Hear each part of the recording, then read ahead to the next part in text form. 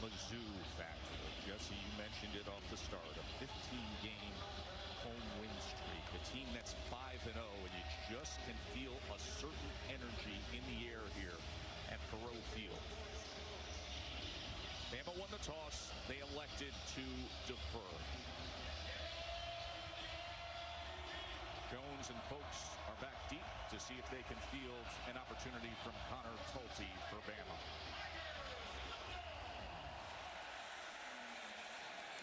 And this will be returned by Folks as he weaves his way out towards the 22-yard line. And that'll give us the opportunity, Jesse, to take a look at Bo Prabula, who started his career as a Pennsylvania native at Penn State. Yeah, and probably one of the bigger surprises in the SEC this year. He's been tremendous at the quarterback spot for Missouri. Very, very accurate. He's playing very poised. He's a good athlete that can keep defenses honest. Now, we know Missouri running the football. That's their identity. But you just got to get the feeling, Joe, win a game like this, Bo Prabula is going to have to do some really good things with his arm as well. Second in the country in completion percentage at nearly 76%.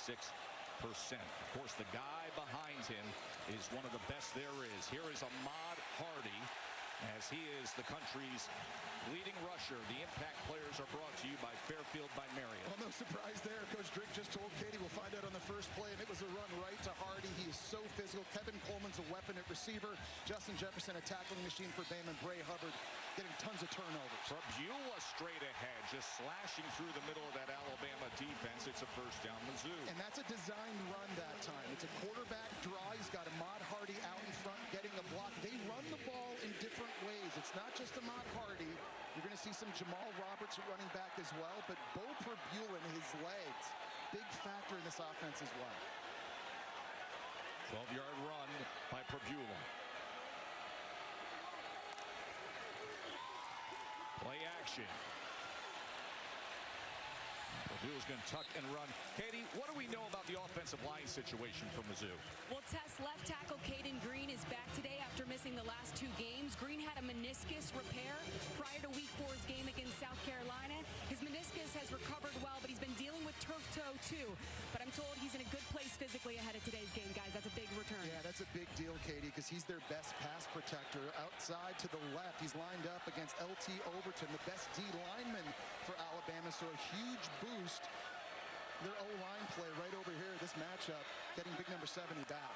See him opposite big number 22 as Hardy tries to take it off right tackle, and he does so and scoots out of bounds at midfield. It's another first down for the Tigers. Well, this is the superpower of Ahmad Hardy, his ability to break tackles. If you don't wrap your arms around his legs, he is not going down. He has unbelievable contact balance, leads the nation having forced 48 missed tackles this year. Alabama's defense, man, they've got their work cut out for them. And keep it on the ground with Prabula as a good read, and look at Bo Prabula as he cuts back in for extra yardage. Well, you're seeing the effect that Ahmad Hardy's success is already having on this defense because they're faking a run right up the middle here, and both of these defenders, they hesitate, and that allows Prabula to get outside. He had Norfleet, the tight end, to help seal back on Bray Hubbard, and there's the athleticism and the open field running ability that Prabula has. I don't know that he didn't step out of bounds there for a moment when he cut back in with that right foot. It goes for a 23-yard run, but he was very close to that sideline. Now they get the snap off, play actions, but nothing but runs until this. Their big, talented tight end, Brett Norfleet. You can't do better than that. MIC.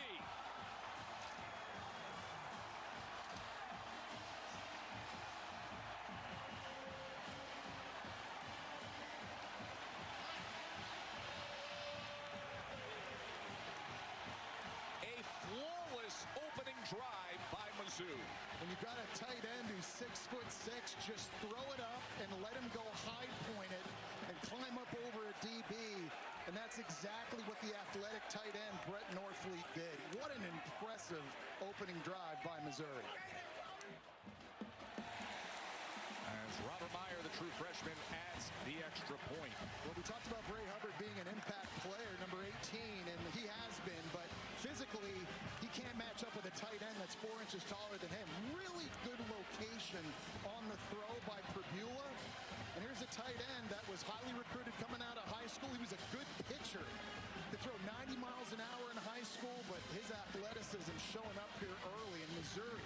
They cut through this Bama defense like a hot knife through butter on this opening drive.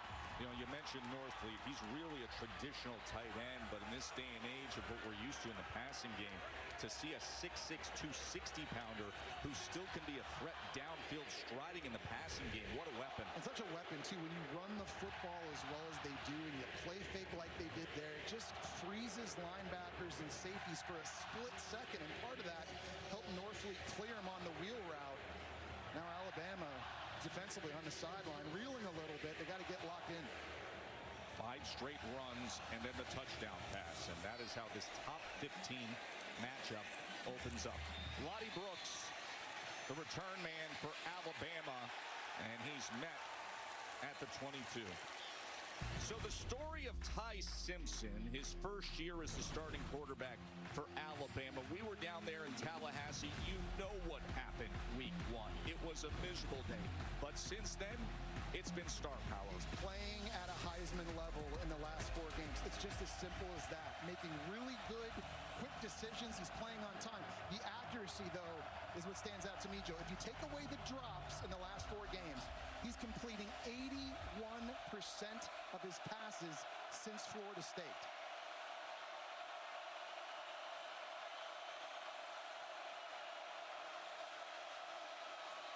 Nice to have Jam Miller back healthy at running back, but good swarm up front. Sterling Webb down the line for the tackle from Mizzou. I think the best individual matchup in this game is the outstanding left tackle, Caden Proctor from Alabama, probably a top 10 pick in next year's draft, going up against Zion Young, the Michigan State transfer. He's the best pass rusher for Missouri. You're going to see him line up all over the field, but when these two guys go toe-to-toe, that's a matchup we're going to see in the future on Sundays as well. I was just talking to an NFL scout about 15 minutes ago. It's exactly what he was saying as well. The scouts who are here are drooling over that matchup. Quickly into space, but blown up immediately is Jeremy Bernard. What a heck of a play as this defense is firing off. Dalen Carnell with the tackle for loss, and a flag is down.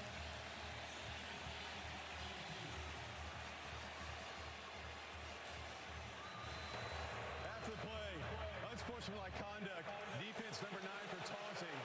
The 15-yard penalty is enforced from the dead ball spot and includes an automatic first down. Well, that's Zion Young. That's who we just pointed out as an impact player in this one. And obviously, Missouri defensively here very, very fired up early. And you see he just kind of stands over top of the Bama receiver, and that's what gets the flag. That would have set up 3rd and long, and because of that penalty now, the sticks moves for Alabama. You see Jeremy Bernard laying on the ground. Here comes big number 9. He's got to know better than that. It would have been 3rd and 15. Instead, it's first down, Alabama.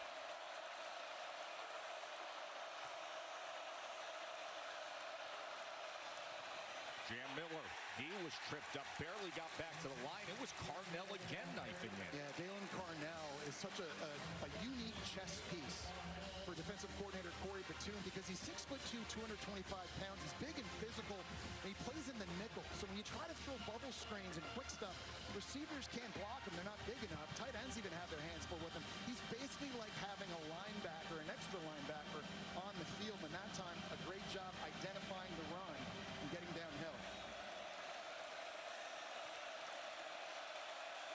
Only positive yardage for Bama so far was that penalty.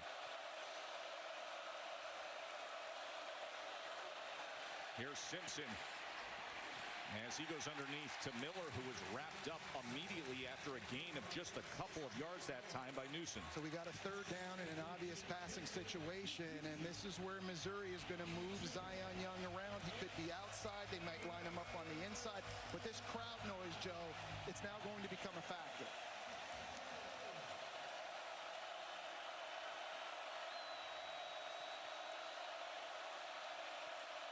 Third down and 8. Simpson steps up and gets it complete past midfield for a first down to Brooks, the true freshman. Nice job by Lottie Brooks. He actually had to jump up over top of a DB and make this play. You see the pressure coming from Young. He was lined up to the right that time. Simpson does a good job just stepping up, and defender had his back turned to the football. He never saw it thrown, and the true freshman makes a big play on third down. 18-yard reception by Lottie Brooks.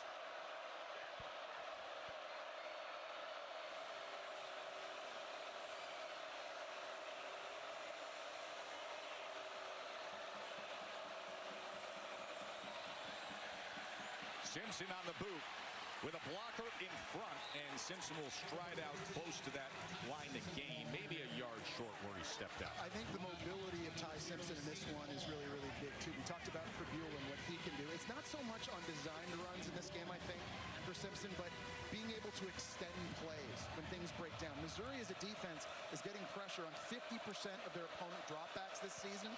So Ty Simpson's going to have to be really good in this game off schedule. And by the way, he's been one of the best in the nation so far in that category. Motion Miller back in on 2nd and 1. And Simpson to pass. And he gets his tight end, Josh Cuevas, right in that mid-pocket for a first down. And that's a really cool concept outside. They've got Cuevas at tight end.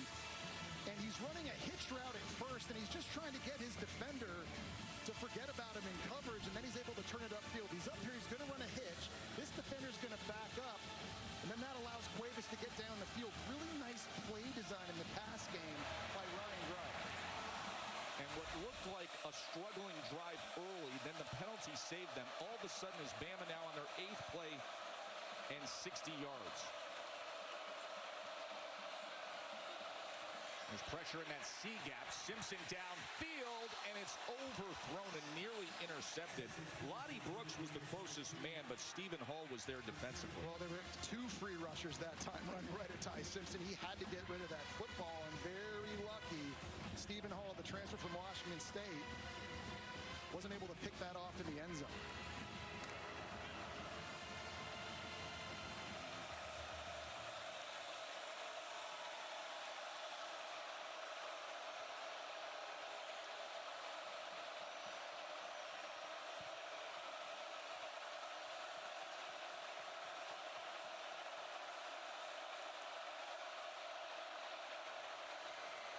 Miller on 2nd and 10 as he weaves his way towards the 12-yard line, and it'll be 3rd down from there. That's a really nice job of communicating at the line of scrimmage by Ty Simpson, fighting this crowd noise and communicating, make sure everybody's on the same page. Now setting up 3rd down, and in this area in the red zone, Ty Simpson's legs become a big factor. 3rd and 5. Simpson. Flag is down as he connects with Horton on the in-cut route. We knew he had a free play. Zion Young jumped offside, so he was going to rip that over to Horton quick.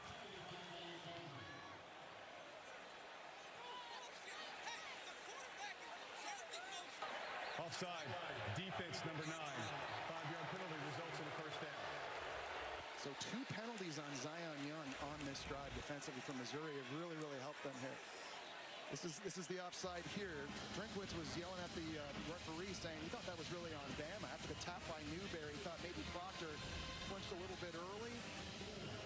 The fresh set of downs here now for Bama. It was Cam Newberry, the left guard, who was simply giving the signal of the go of the snap to the center. And with that, you saw Zion Young move. So it's 1st and goal, Alabama.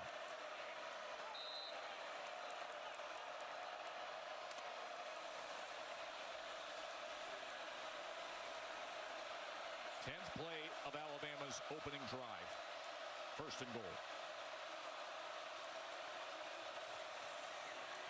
Miller probing the middle of that line, and he only picks up a couple of yards. This is going to be tough sledding for Bama. Down here in the red zone, you've got to be able to run the ball when the passing windows are really, really small. The problem is Missouri is statistically the best rush defense right now in college football, giving up just 62 rushing yards a game.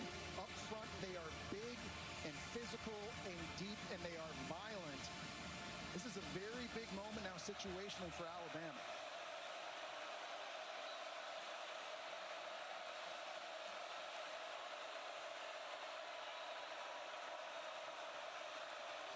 Simpson on 2nd goal.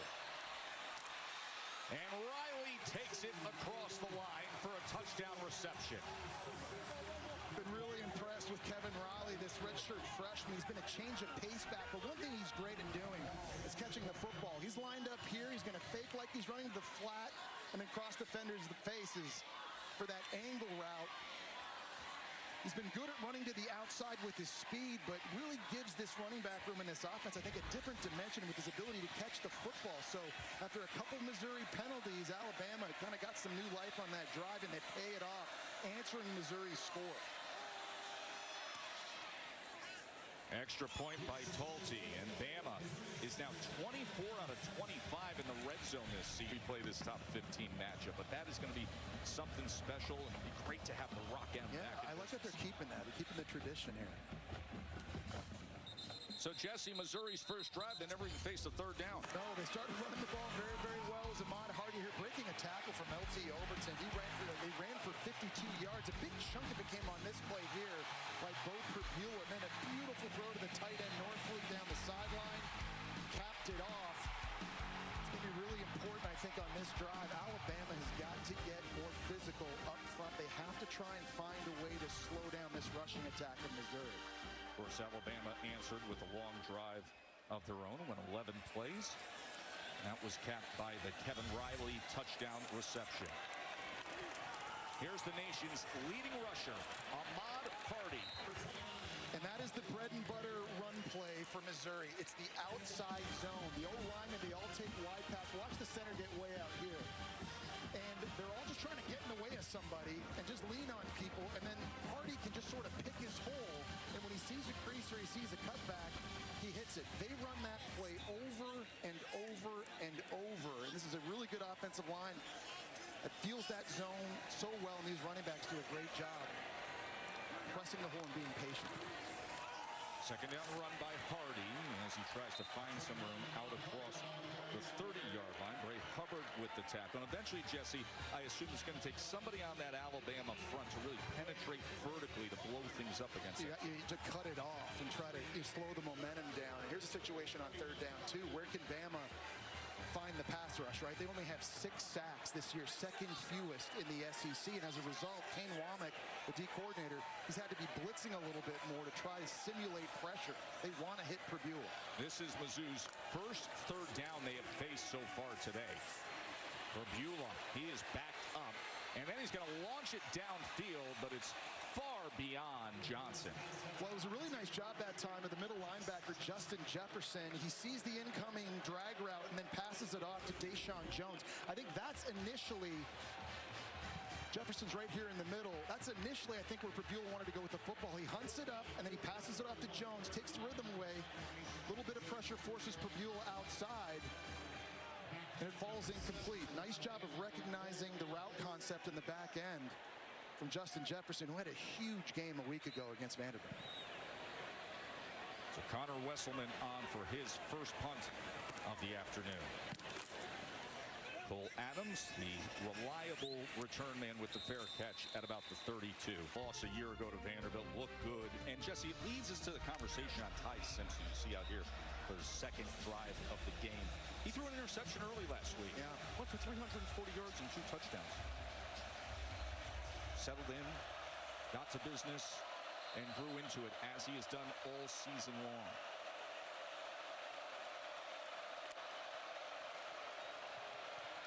Simpson, as he gets it complete right at the sticks to Bernard. Well, it's a good point, Joe, what you're talking about with Simpson, because you do have to be resilient at that position to have success. You got to be able to turn the page, and he did that against Vanderbilt. Maybe against Florida State in game 1, that interception might have burned him a little bit more. Yes, exactly. But I think because he's had so much success now in these last 4 games, he's just playing with so much more confidence. He's the most efficient quarterback right now in the conference. 10-yard completion moments ago, and now he gives to Riley. Katie.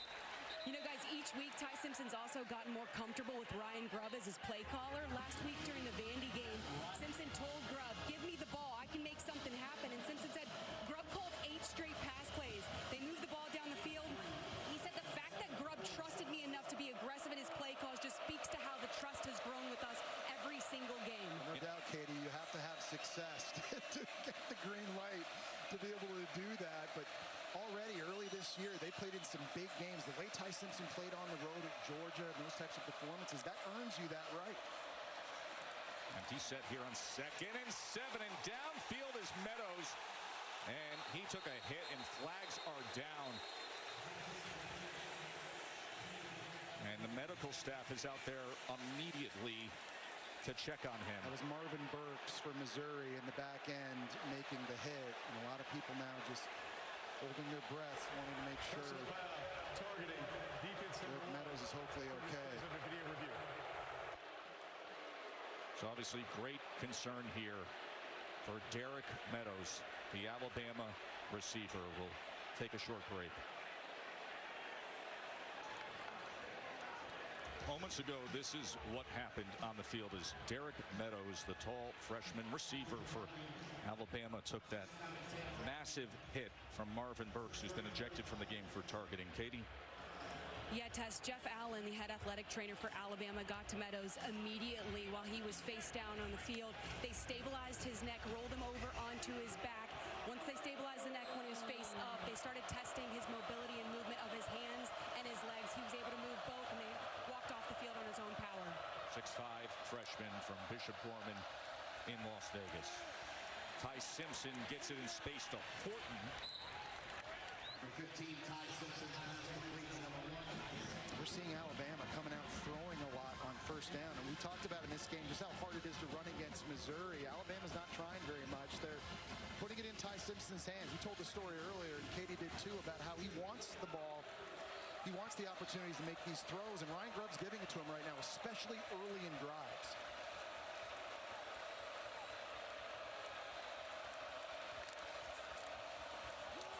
Riley on 2nd and 3 as Kevin Riley continues to have himself a good season backing up Jam Miller. That's the change of pace that I think he brings this running back room. Bama's got a bunch of guys that are big and physical, but Riley's got some burst to him. Only 190 pounds, but his job being patient. Once he sees the crease, he just hits it. You see Miller comes back into the game. He had 136 yards and a touchdown a week ago against Vanderbilt. He was out earlier this year, and you can see the difference he makes with the statistical comparison.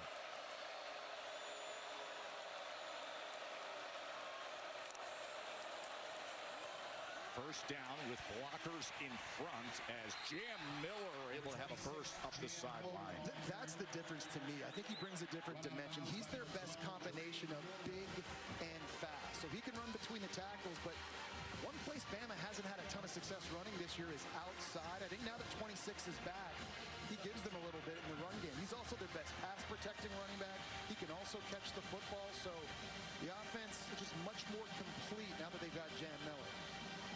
They're going to mark him out about a football length short of that line to gain. So it's 2nd and 1. And the freedom of a play caller on 2nd and 1 as you see Simpson looking over and now brings Kevin Riley in and then calls a timeout as the play clock was running down. So that is Alabama's first timeout exhausted here today. Been really impressed watching Ty Simpson early this year. I talked about how he's playing at a Heisman level. He's doing so many things well, including anticipation. 3rd and 5 against Georgia. Feeling 2 defenders squeeze on the quick out route, finding Horton down the boundary for a big play and a big down. He's also been so creative. When things get off schedule, he's been on the same page with his receivers. Little bootleg, make a guy miss. Ryan Williams mirrors him in the back of the end zone against Vanderbilt for a score. And then finally, tremendously tough. You got to beat the free rusher on 3rd and 10 on the road. Takes a big hit, hits Isaiah Horton for a strike. He's just playing at a high level. He's making quick decisions. He's throwing the football right now with a ton of conviction. And that's why he's doing a great job, I think, fitting the football into very small windows under duress. But this is a completely different quarterback, Joe, than the one you, Katie, and I saw week 1 against Florida State. Jesse, Katie mentioned the relationship with offensive coordinator Ryan Grubb. Grubb turned to you guys the other day and said, I still think there's a lot of meat left on the bone, to be honest. I think there's things we're still figuring out with Ty Simpson, and he's already playing this well. 2nd and about the length of a football. Coming off the timeout. A roaring crowd here in Como.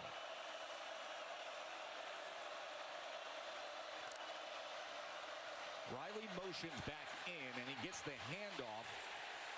And it's going to depend on the spot here as Zion Young was tracking him down the line of scrimmage. And Zion Young's working against a true freshman right tackle in Michael Carroll. And Zion Young at 6'5", 262 pounds is so long and athletic, and he's just able to use his leverage and just track down the field to now set up 3rd and short.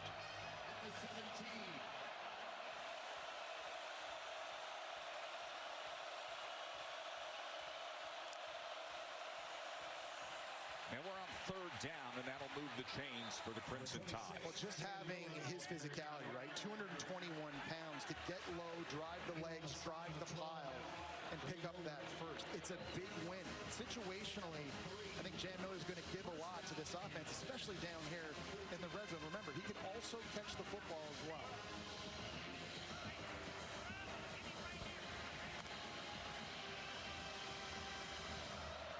Precious last few yards of real estate you see there from behind the defense. 1st down, Alabama from the 14.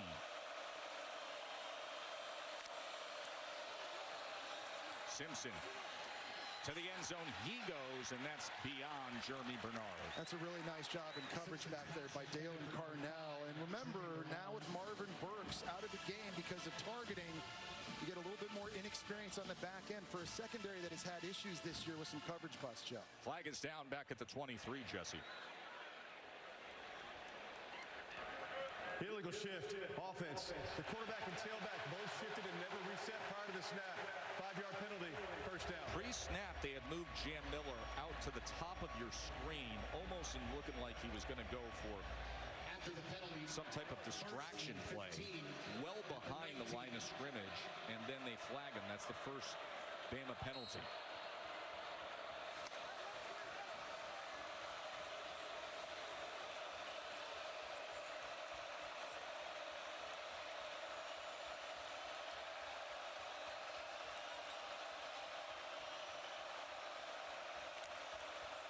Simpson on 1st and 15 as he checks down to Miller.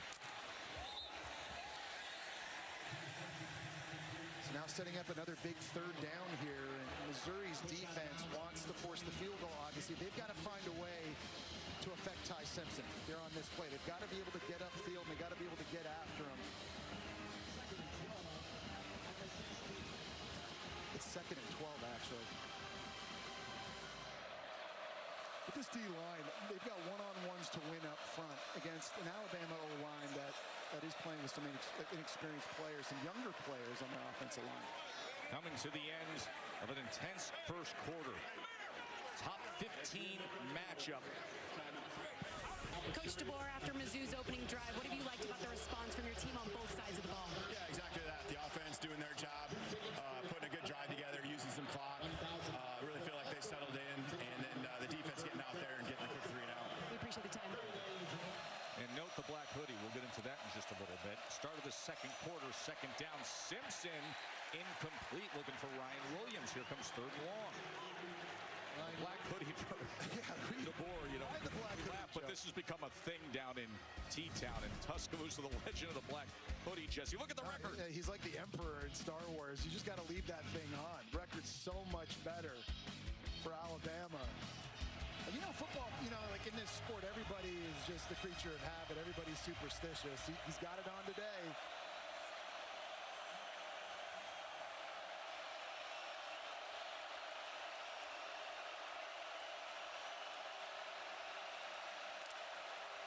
They're down in 12. A-gap pressure is picked up. Straight to the end zone is caught for a touchdown by Isaiah Horton. A 16-yard touchdown strike, Simpson to Horton. And that was a fantastic job by Ty Simpson, freezing this free safety with his eyes, just keeping him in the middle of the field right here. He's got to hold him so that up top, Horton in motion, going to be running the post into the back of the end zone. Fantastic work, using his eyes to manipulate the defense. It just gives him enough time to fit that football in a pretty tight window. Keep in mind, that was 3rd and long as Tulty adds the extra point. And they are 3 for 3 on third down, Jeff. Well, Isaiah Horton was a bit slow getting going early this year, first 2 games, but they've got him rolling now. At 6'4", big physical receiver transfer out of Miami on these in-breaking routes can use that frame. Ryan Grubb, the offensive coordinator and play caller, loves it. That's exactly how you dial it up. But man, I think this is the best receiving group in the SEC. It's not just Ryan Williams and his explosive playmaking ability or Jeremy Bernard and his consistency and versatility, but now that they've got Isaiah Horton going as well, there's a lot to contend with for this Missouri defense that, remember, is now down their starting free safety Marvin Burks because of the targeting penalty. You see all the offense we've had so far in the game summary. Add to it now that for Alabama, back-to-back 11-play drives. Simpsons 9 of 12 with 2 touchdown passes, 15 touchdown passes on the year, framed against just 1 interception.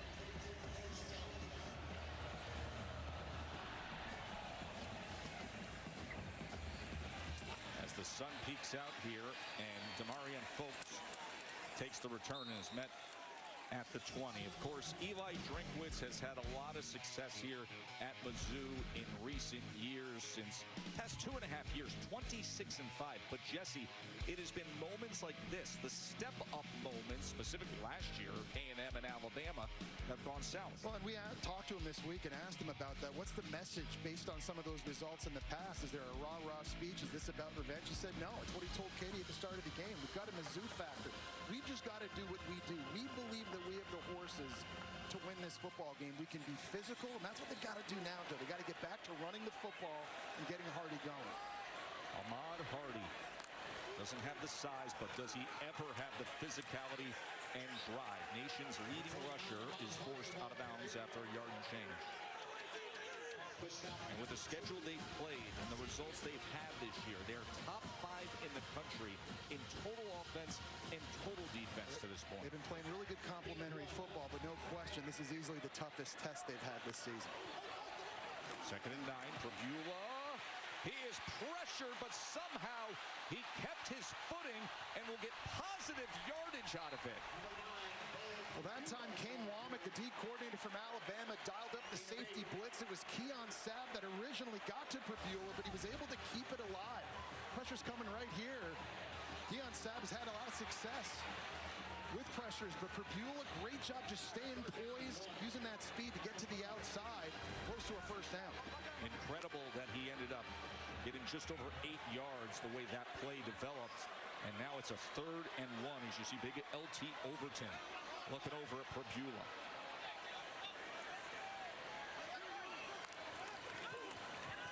Hardy on 3rd and 1 as he bounces off an initial would-be tackler, and that's a great example of his running style. Yeah, I mean, Tim Keenan that time is clogging up the middle for Alabama, but I'd say this again, if you don't get your arms around number 29's legs, he's not going down.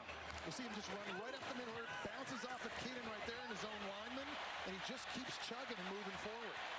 Kelby Collins, who is a reserve interior defensive lineman for Alabama, is down, and the medical team is taking a look at him, and with that, we will take a quick timeout.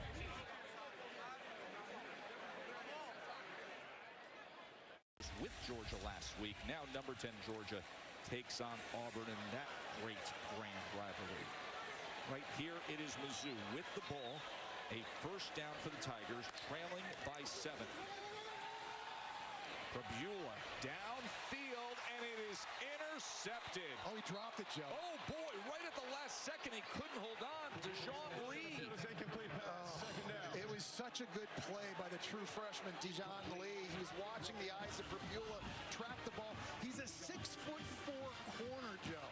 He has the ball going down, but through the process of this interception, he couldn't hold on to. Oh, man, that would have been the biggest play he's made in this first half of the season. He's a guy who's really coming on for this defense. After that first game against Florida State, Joe, remember, Squirrel White took him deep. Since then, though, he's been making a bunch of plays. And now what does Bo Prabula do with a second chance here? A should-have-been interception. The 6'4" true freshman couldn't hold on.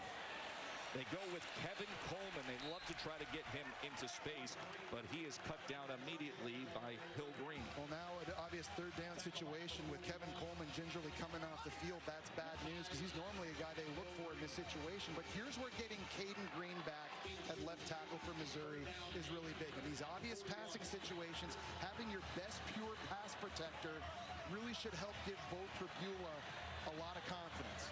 There's the 325-pound Missouri native. He's been out injured, but back to action here today against this talented Bama defense. 3rd and 8 for Bo Pribula and the Tigers. And he is sacked. He is brought down. And it was Keeley, and a flag is down right at that spot. I think it's LT Overton working on the inside versus the right guard, Curtis Pigler. Holding. Offense number 77. That penalty is declined. Result of play is 4th down. Well, LT Overton is one of the best players on Alabama's defense. Right inside here, one-on-one, he's going to get the push. And he's a guy, Joe, that could have gone into the NFL draft last season. People thought he was going to be a top 50 pick. This year, he's been a little bit inconsistent. At times, he's getting out of gaps, but when you watch the film against Wisconsin and Georgia, he looks like a first-round pick, and he's making a huge play early on 3rd down. Just the 7th sack this year, by the way, for Bama's defense. Musselman punting away. Will Adams calls for the fair catch. And this week, so many of us in college football, and especially around the SEC, were so saddened to hear that Mark Womack had passed away at just 70 years old. Mark was the SEC's executive associate commissioner, and in so many ways he represented so much of what makes this conference special. The culture, the passion, the sense of family that he had, the warm embrace of a friend welcoming you back time and again. Mark Womack helped shape the SEC, working in the conference for 47 years, and all of us on this crew, we extend our condolences to Mark's family and the entire SEC family. He will be missed. Ty Simpson being pressured, and it was batted away right in his face that time by Zion Young. Yeah, again, at 6'5", he's got those long arms, and he's able to swat that thing down. They're moving him from left to right. We've seen him line up on Caden Proctor, and now, more recently, he's over here on the right-hand side. He splits right that time between the tight end and the right tackle, gets the left paw on it. Now setting up 2nd and 10.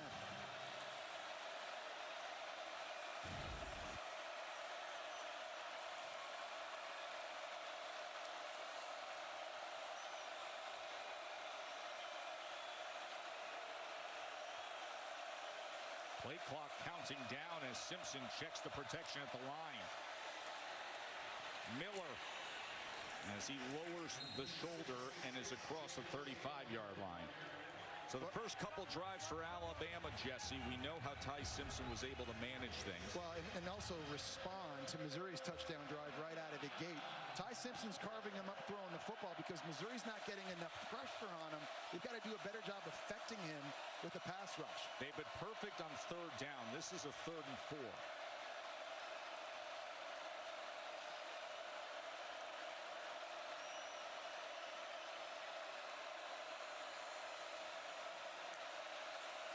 Simpson on 3rd down.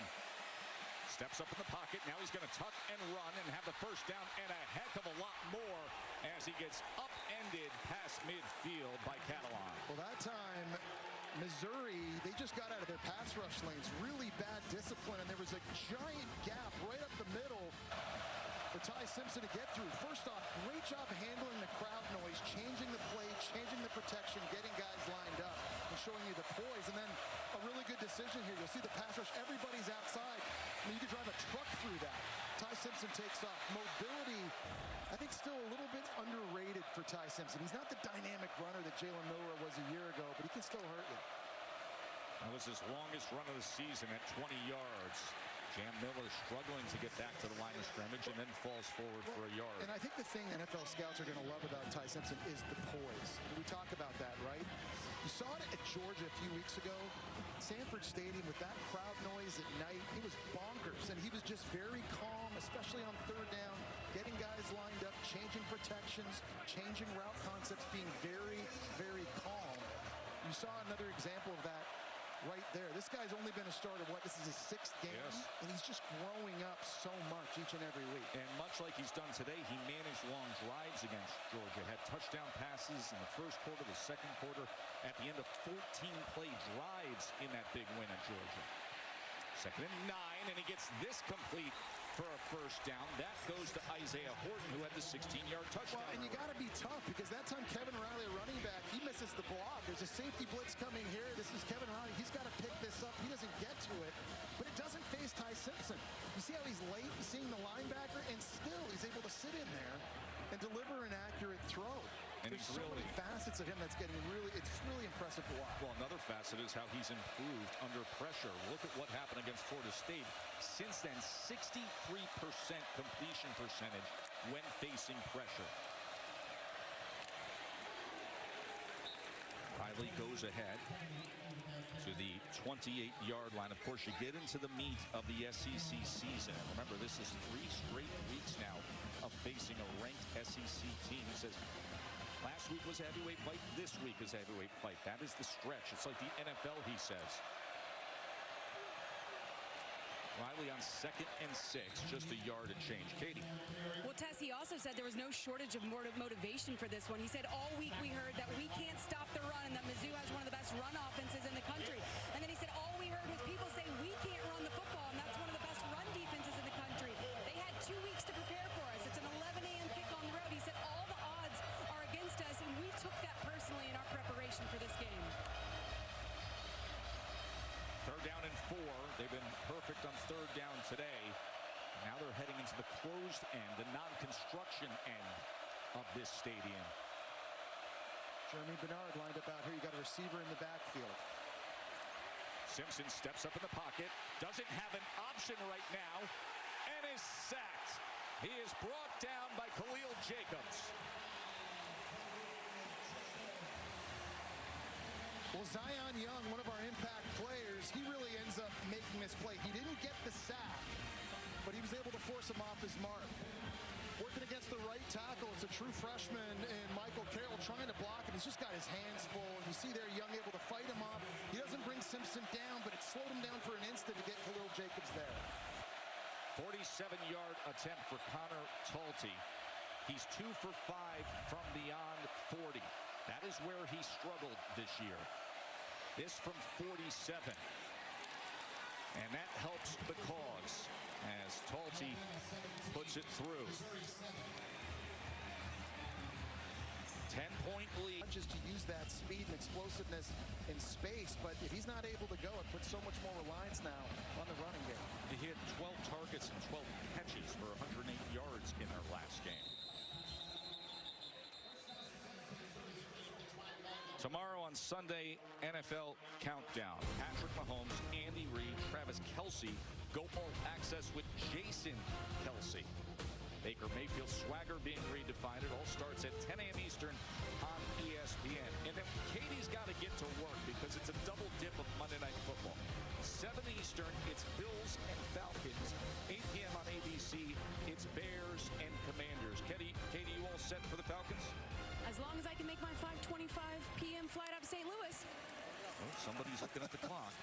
Ahmad Hardy goes ahead for 2 yards. Well, they're trying that right side, and this year, that's where Ahmad Hardy has had the most success running the football. He's averaging 9.4 yards per carry when they go outside the tackles. We talked about the outside zone being the bread and butter, and right now, that's where Missouri are trying to get it going. They're trying to reestablish a rhythm. On that first drive, looked so good. They just haven't looked the same since.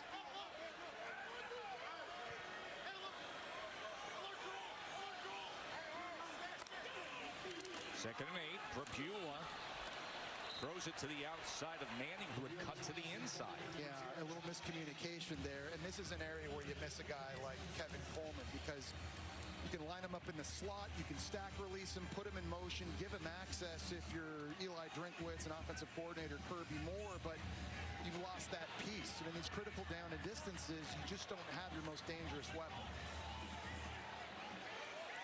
See, Hardy's off the field. Jamal Roberts, the backup running back, who's had a good season himself, is in on 3rd and 8. As they run Prabula, and they run him to the boundary, and ball's out. It looks like Northfleet was quick to jump on it, but the ball came out as Prabula was tackled. Yeah, turnovers have been a problem for Prabula. It was LT Overton who had a sack on the last drive. He forces the fumble that time there. Great job rallying the ball and knocking it free.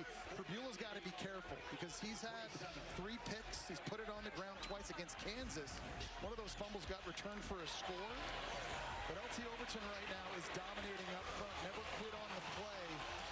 Missouri very lucky they jumped on that. Bama has that. All of a sudden you're damn close to the red zone again. You score a touchdown. This thing's 24-7. Second 3 and out for Mizzou.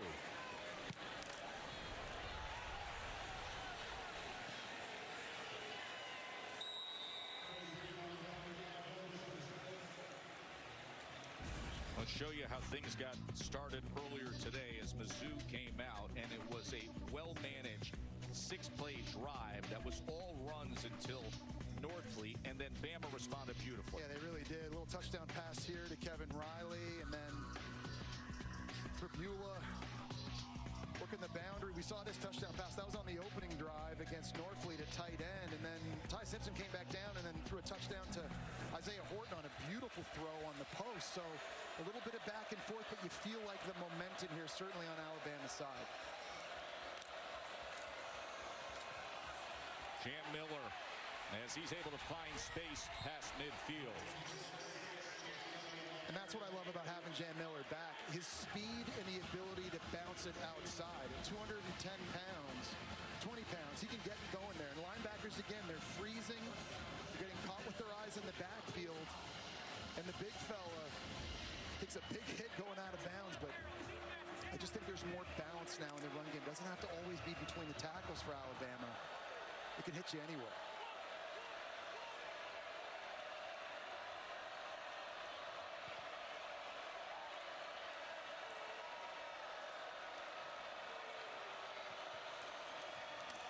Miller again is going to get to work. As they're having success running the ball, play action is going to become more of a factor for Alabama to try and start taking some shots. And one guy whose name you haven't called a lot so far in this game, Joe, Ryan Williams. He's the most explosive receiver outside here, lined up at the bottom of the screen. He's been targeted 1 time, doesn't have a catch. Here's 2nd and 4. Simpson. He threw it to the inside of the intended target, Lottie Brooks. Well, I think the one position where Bama has its biggest advantage in this game is their receivers versus the secondary from Missouri. I already talked about how I think Bama has the best group in the conference. Missouri, the numbers say they're a good pass defense. They're giving up just 141 yards a game. But in games against Kansas and games against South Carolina, they had a lot of busts in the back end, and they were lucky. Jalen Daniels and Lenore Sellers missed a lot of touchdown passes. They easily could have lost those games. You got to take advantage of these guys outside if you're Simpson. 3rd down and 4. Simpson is sacked. Boy, oh boy, did Damon Wilson come up big just when they needed it most. Well, they tried to chip him at first with Caleb Edwards, and that didn't work. And then Wilkin Formby missed. This time out here, the Georgia transfer beats 2 guys. Damon Wilson burst on the scene with 2 sacks in their opening game against Central Arkansas. He makes a huge play there on 3rd down.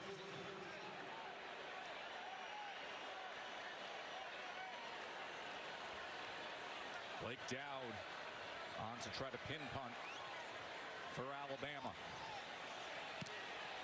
Flag is down as this punt harmlessly goes out at the 22-yard line.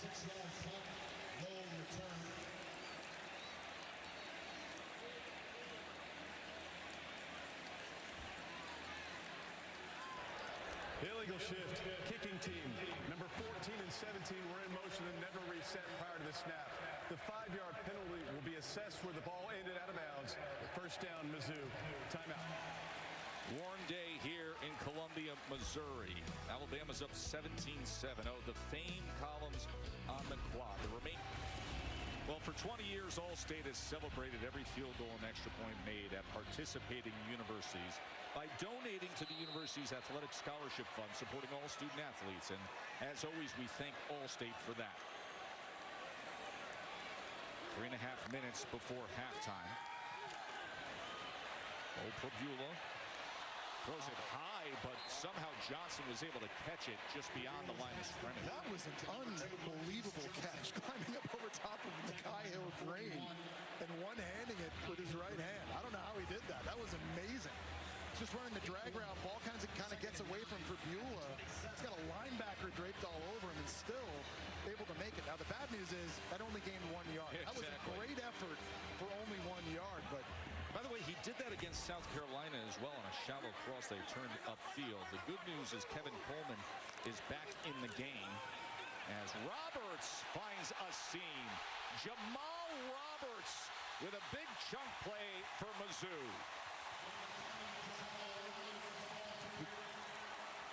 But Alabama just doesn't get this fit properly, and I think Justin Jefferson was out of the gap. Watch number 10 right here. This is going to stretch this way. He's got to get over the guard and get into this gap. He kind of got caught up in the middle and ended up being an explosive run, and that's been a problem for Alabama this year, Joe. They've given up 9 runs of 20 or more yards coming into this one, and oftentimes it's not the D-line. It's linebackers not fitting it right. It's DBs not taking the right angles, not leveraging and containing the football. And they were certainly worried about that against this rushing attack of the Tigers.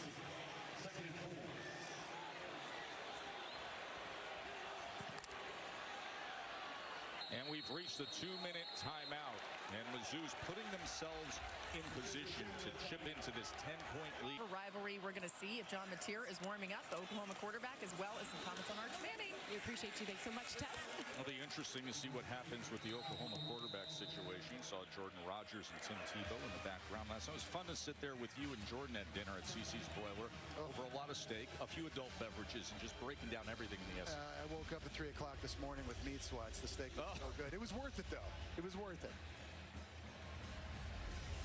So Jordan and Tim standing by for the halftime report.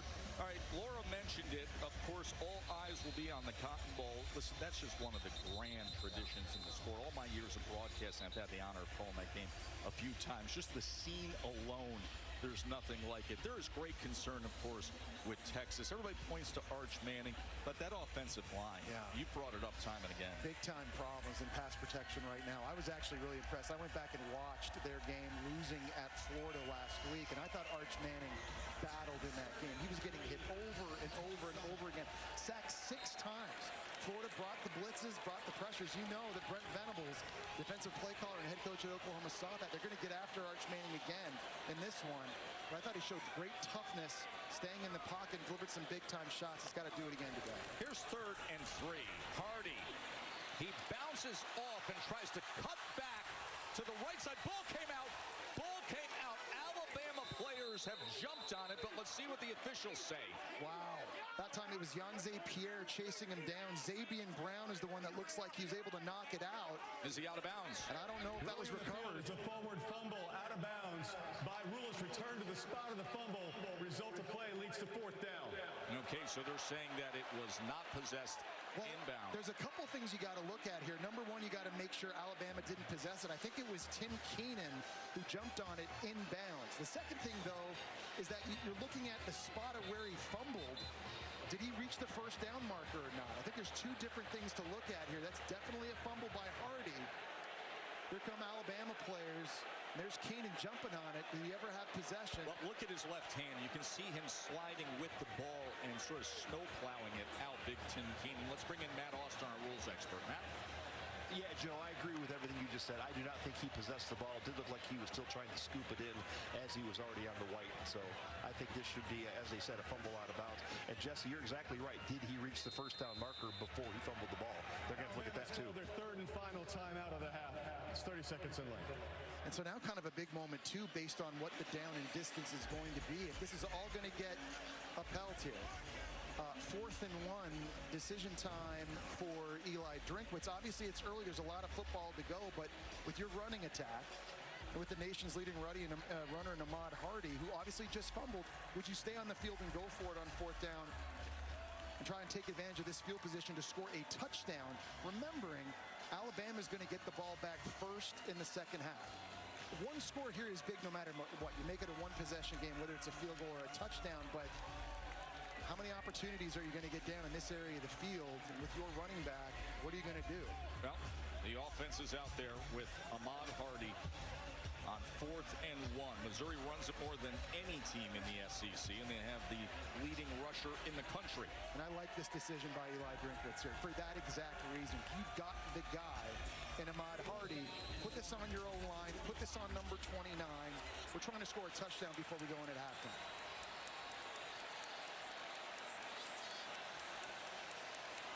Fourth down and 1.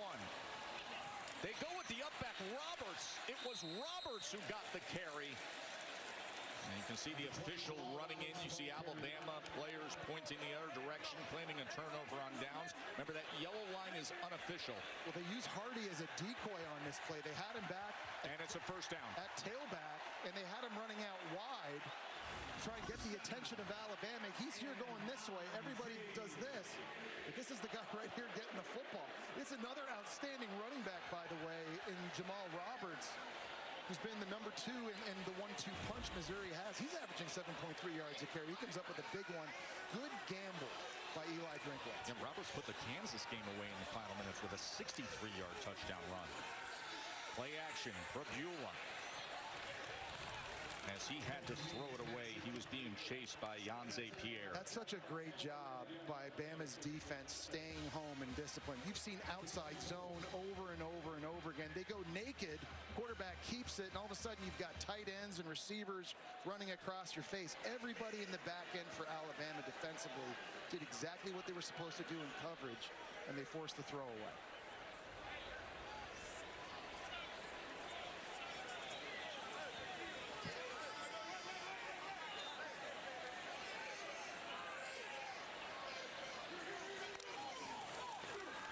Brabula's going to try to run it himself.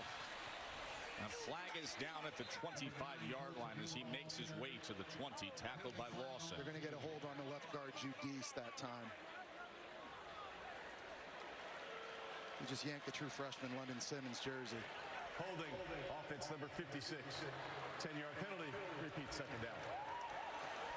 Now all of a sudden Missouri is sort of wasting this with this penalty now. It moves them even further back, and I cannot overstate this enough.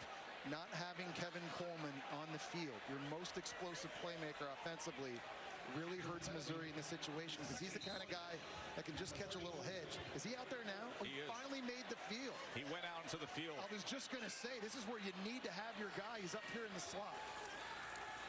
Brabula.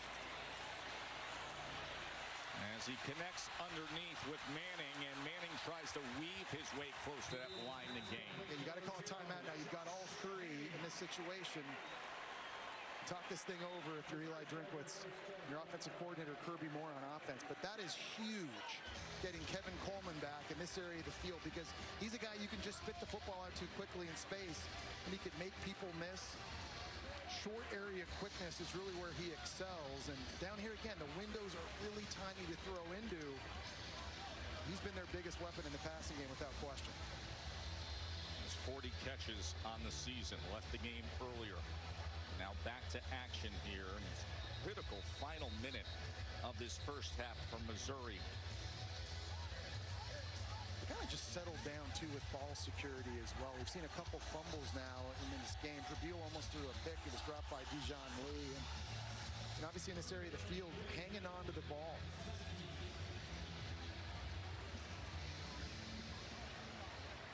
Third down and 3.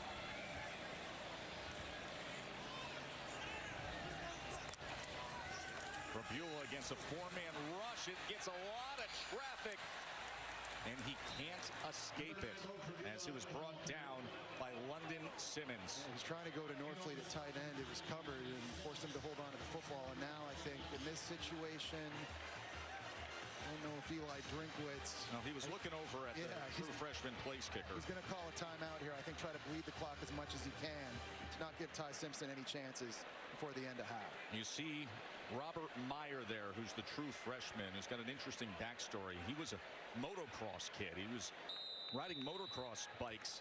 And then at 17 years old, he realized he had an incredible talent at football. Played high school football, hit a 52-yard field goal. So Dad took him to a bunch of summer camps. The year before his senior year, Oklahoma, Oklahoma State, Mizzou. Everybody said, hey, bring you in as a preferred walk-on. Ended up getting a couple scholarship offers to stay locally at UC Davis or Fresno. But he said, no, I want to be an SEC kicker, and here he is as a true freshman. Well, they lost their starting kicker, Blake Craig, to a knee injury in the first game of the season against Central Arkansas. So now that gives the true freshman an opportunity. You just saw the graphic there. He's 5 for 5 from this distance on field goals, but he has missed 2 extra points, so it has been a bit of an adventure even at this yardage. Robert Meyer on for the field goal attempt from 35 yards out to try to make this a touchdown margin.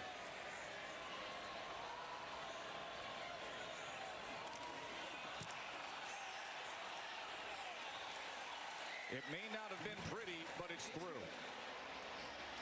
And 17-10 is our halftime score.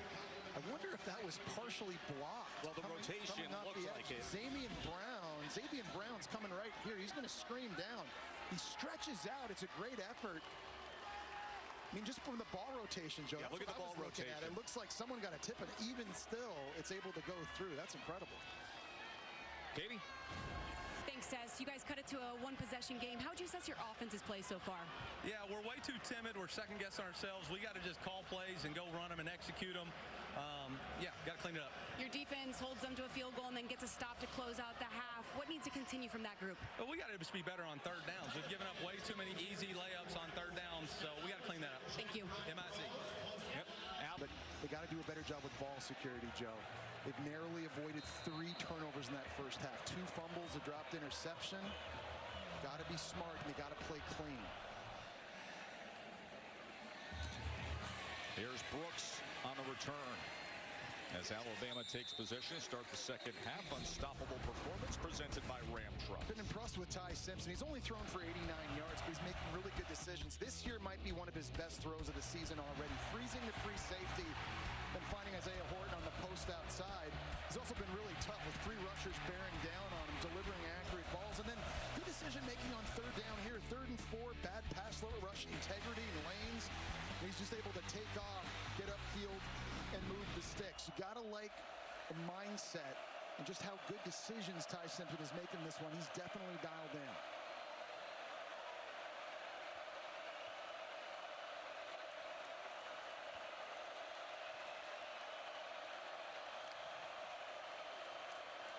Play action to start the second half as the pocket collapses and he is taken down by Josiah Trotter. Well, that's a missed block by Jan Miller. That Ball's time out, it's a turnover. Trotter, and they were able to get the turnover. We talked about how they avoided them in the first half. Wilson comes up with it. That is fantastic. Trotter getting in on the pressure. He beats Jan Miller to get to Ty Simpson, force him up. Ty Simpson just ran into Caden Proctor. The ball comes out, and Missouri's there to jump on. This is a play they needed. Watch here as Simpson's going down. The ball gets punched out. That's Zion Young punching it out before his knee hits. And that is a massive momentum-shifting play for Missouri's defense right out of the gate.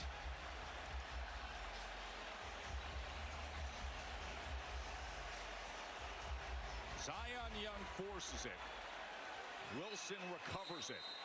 And on the first play of the second half, Mizzou is in business to potentially tie this game.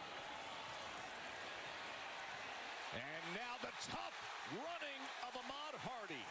I'm telling you, Joe, his running style reminds me so much of Cam Scadaboo. Just his contact balance and how he seeks out the contact, always keeps his legs moving, stays in bounds. And again, running to the outside to the right, that's where he's been making most of his hay the first half of this season. It's an attitude play right after getting the turnover. You need a hard hat and multiple tacklers to have a shot at Hardy as he steps out, and Jamal Roberts steps in as the featured back. 1st and goal, Mizzou. Brabula's going to try to run it off right tackle as he's taken down by Pierre. You just can't start a half any better than they did. Take away on the first play. You get a nice run by Hardy. You've got your best receiver, Kevin Coleman, now back on the field. Looks like he's actually subbing off. Hardy takes the field again, and no question, right? The identity. You mentioned it earlier, Joe. They run it 55% of the time. That's more than any other offense in the SEC, and this is where those attitude runs have got to show up for you.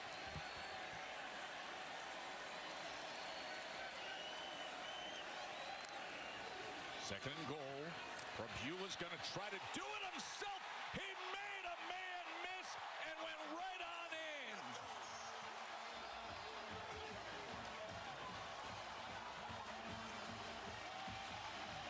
They go with the zone read, Joe, and Bray Hubbard at safety for Alabama played it absolutely perfectly. He was in position, but Bo Prabula with the moves. They're going to fake this run here. He's running outside. Here's Hubbard. He's going to meet him, and he's right there to make the tackle. Hubbard has been the most valuable player on defense for Alabama in the first half of the season. Man, he gets shook right out of his cleats. Bo Prabula. After that big turnover, the spots here in Como are going to be rocking tonight. Katie. Well, Ty Simpson was slow to get up after the sack he took. He was holding his midsection when he ran off the field. He waved off the injury tin. When he got to the bench, Caden Proctor, who he ran into, came over to check on him. Simpson told Proctor, that one was on me. Proctor said, no, it's not. No, it's not. Let's get ready and let's go again. That is the turning point right now. The fumble, the recovery, and then Prabula able to guide the offense with a 5-yard touchdown run. It is 17-17 here.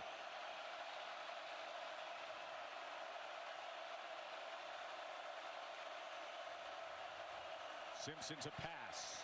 Quickly to the outside, and Bernard with so much space to do whatever he wanted to. Well, they need that. They need their star wide receivers to make plays in their second half. Before that play, Joe, Ryan Williams and Jeremy Bernard, their two top receivers combined, had just 2 catches for 5 yards in this game. I talked about this earlier. I think the biggest positional advantage Bama has is their receivers versus Missouri's secondary. So these guys now, you got to take advantage of them and give them the ball. Williams has not played a factor today. After a 15-yard reception, we'll keep it on the ground here. And met at the line of scrimmage, Kevin Riley was taken back.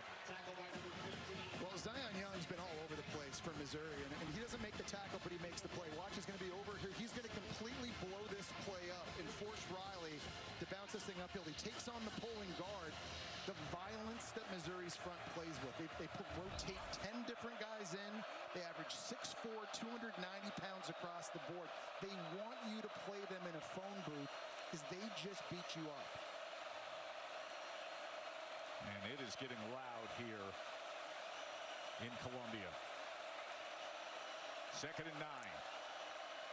Simpson against a 4-man rush as he has to step up and now looks to tuck and get to the edge as he was run out by Jacobs. All right, so now 3rd downs have been an issue in pass pro. Bama's already given up 3 sacks, and the running backs, Joe, I think have to do a better job with blitz pickup. We've seen a couple times Kevin Riley missing a guy.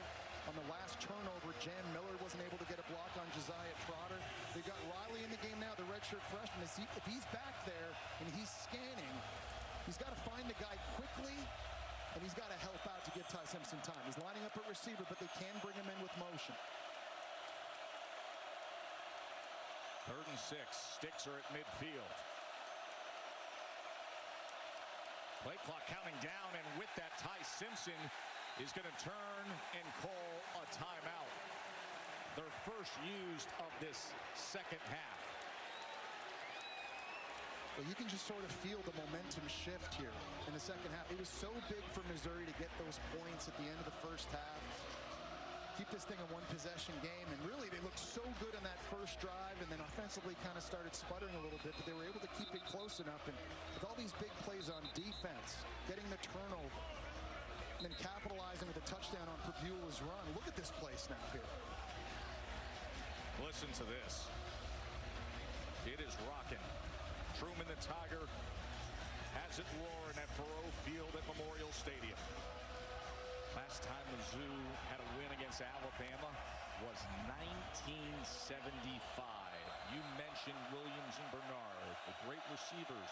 In spots like this, they need them, but it has been a struggle today. 3rd down and 6.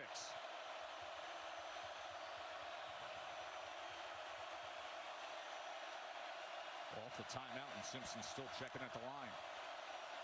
They bring a bit of pressure against Simpson. He escapes it for the moment. Can he run to the sticks? No.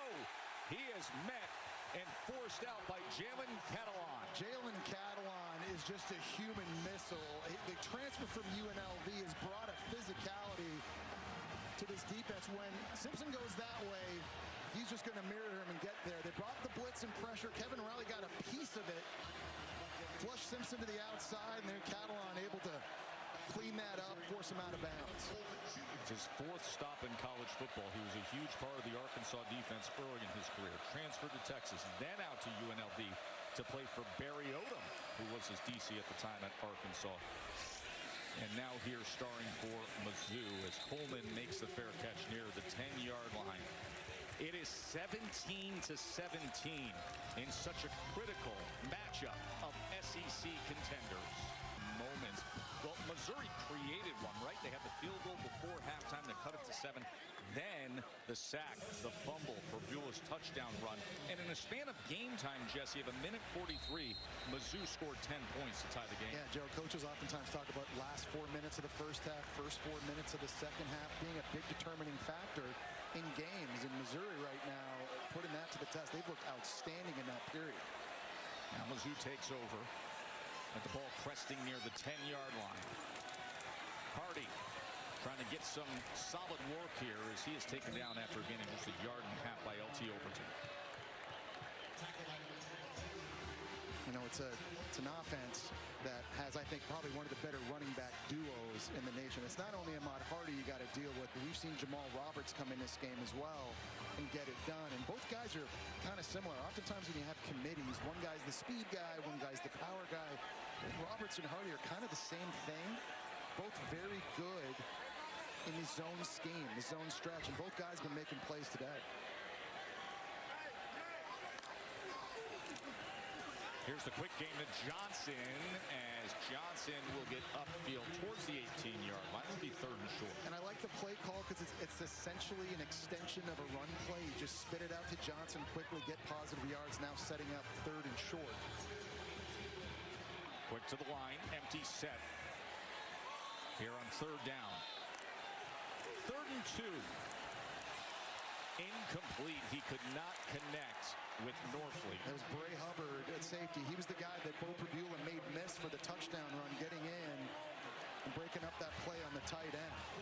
That's a stop this defense, I think, needed badly here. After the punt, forcing that 3 and out, now giving an opportunity to Ty Simpson potentially to get this thing back close to midfield.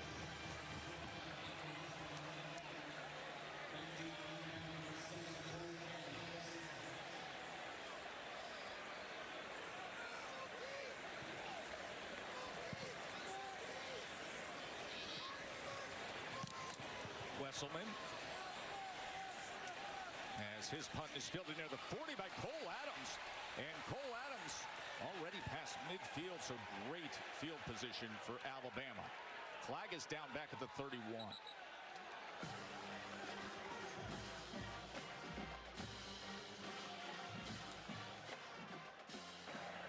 During the kick, holding 13 of the receiving team. The 10-yard penalty is enforced from the spot at the end of the kick. It'll be 1st down Alabama after enforcement. Well, this is a video here. That's Jamarcus Shepard. That's the wide receiver coach, and he is going off on his group of wide receivers, specifically the Miami transfer Isaiah Horton, not happy with his group during the break. Horton had the one big moment in the first half, the touchdown reception. But overall, if you're sizing up personnel and talent advantages coming into this game, you would point to the wide receiver room of Alabama against the DBs of Mizzou. And keep in mind, Marvin Burks, a defensive back, was ejected for targeting earlier in this game. You know it's going to be tough sledding running the ball against this front seven. They've actually done a pretty good job of that, but what makes this offense so explosive, Joe, it's the speed and the guys outside.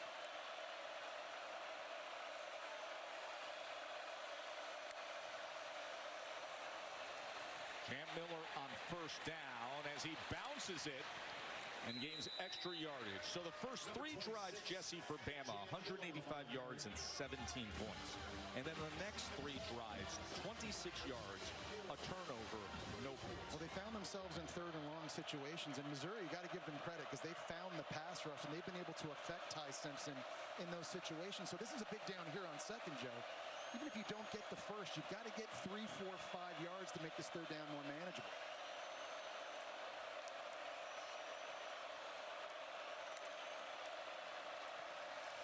Simpson, as he goes underneath to Miller, and Miller lowers his shoulder out to the 44-yard line, first down. And I love that quick decision that time by Simpson because he's trying to hit Ryan Williams over here on the stick route. It's not going to be open. He knows he has this right here. And just watch, it goes so quick.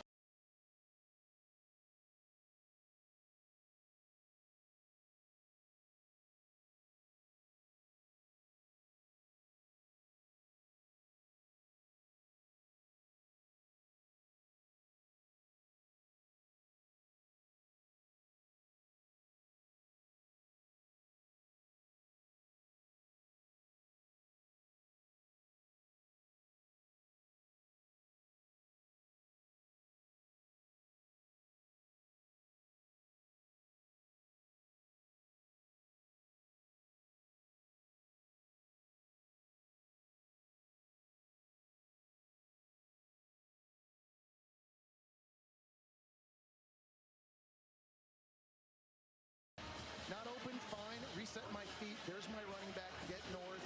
Move the...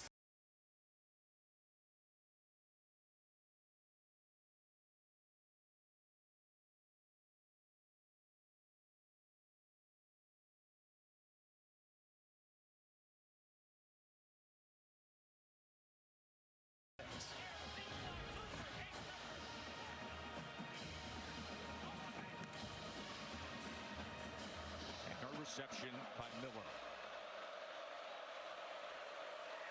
Veteran presence and productivity in the run game and catching it out of the backfield.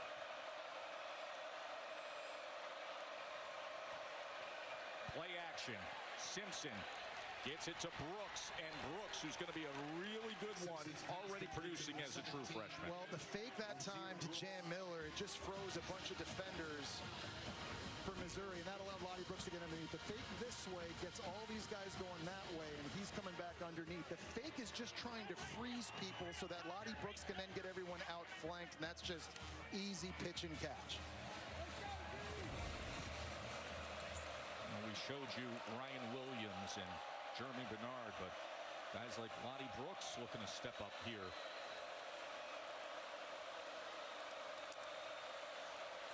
First down, Simpson, a little bit of pressure, ball's in the air, and it's caught by his center, Brailsford.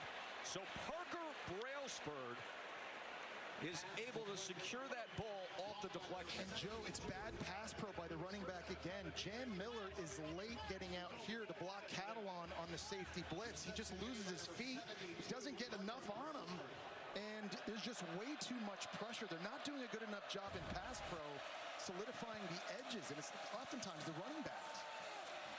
Miller straight ahead. That's a really good run to make up for it, as it's a first down for Alabama. Yeah, I think you got to start leaning on this O-line, and guys like Caden Proctor, they're 6'7", 366-pound left tackle right there. This guy's going to be a top 10 pick. He had some struggles in the Florida State game early, gave up 7 pressures. Joey's been so dominant, though, in the last 4 games, and they put his athleticism on display here recently. Caught a screen for 11 yards against Georgia, had a fullback dive last week against Vanderbilt to pick up a first down. They've been creative with big number 74, but I think now you just let him get out of his three-point stance and push people. By the way, he can throw a football downfield, spiral it over 50 yards as well. Daniel Hill, a big 244-pounder. Okay, so this is the physicality, right? Now we're just going to run zone ourselves, and we're going to get in there, and we're going to push, and we're going to bring a 240-pound running back, 244-pound back in Daniel Hill, and then try to get you worn down too. Missouri, statistically, the best run defense in the country, but Bama, I think, has done a very good job when they pick their spots running the football efficiently in this game.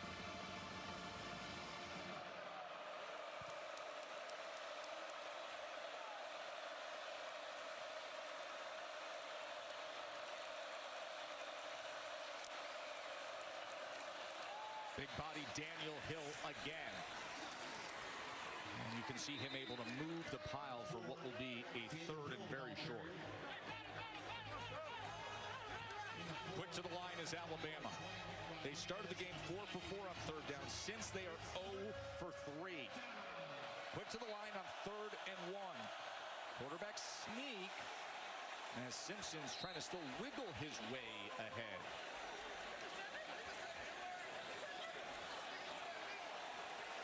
And that is a first down for Alabama.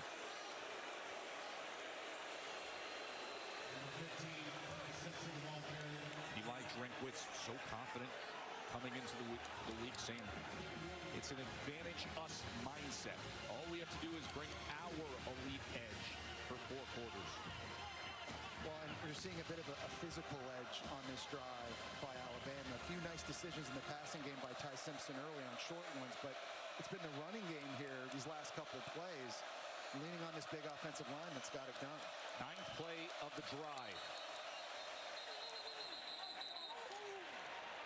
Prior to the snap, delay a game, offense, 5-yard penalty, remains first down. Well, Kalen DeBoer upset with that, and this is an offense that they call plays in, and they give Ty Simpson the ability to change things at the line of scrimmage as well, and so you kind of have to live with that sometimes. Ty Simpson, more often than not, has gotten them into the right play. We've talked about how poised he's been this year on the road. We saw that against Georgia. He's having to do that here with a very loud crowd at Memorial Stadium, where, Joe, they've now had 18 straight sellouts here. A 15-game home win streak. Undefeated for now. Tie game against number 8 Alabama. Jam Miller on 1st and 15 after the penalty. Of course, you know what is coming your way. It is Red River. It is one of the great days in the sport. Oklahoma and Texas. John Mateer, of course, has been out with the injury. And Jesse, he's out there warming up. Well, that's big news for Oklahoma. When he's healthy and he's playing, he's a difference maker. Has such a good feel for Arbuckle's offense. Ty Simpson on 2nd and 11 drives it to his tight end as he's able to get it to Danny Lewis. Well, they're happy to get him back. He missed the first 3 games of the year, returned against Georgia. Big tight end at 6'5", 255, and he's out there playing receiver, kind of running a curl route. There was no hesitation from Simpson getting big number 87 the ball.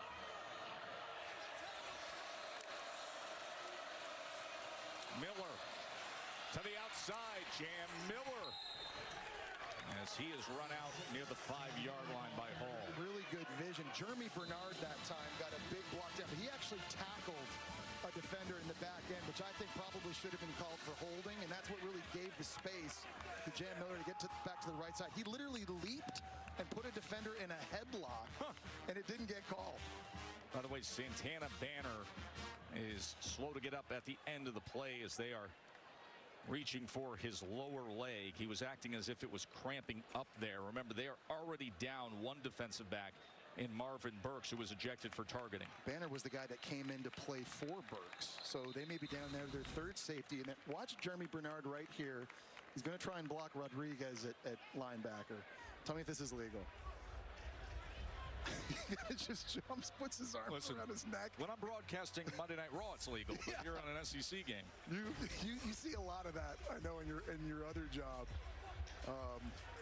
But who knows? You know, maybe the receiver coach lightened him up on the sideline. Maybe that kind of lit a fire under these receivers too to get downfield and start getting more physical.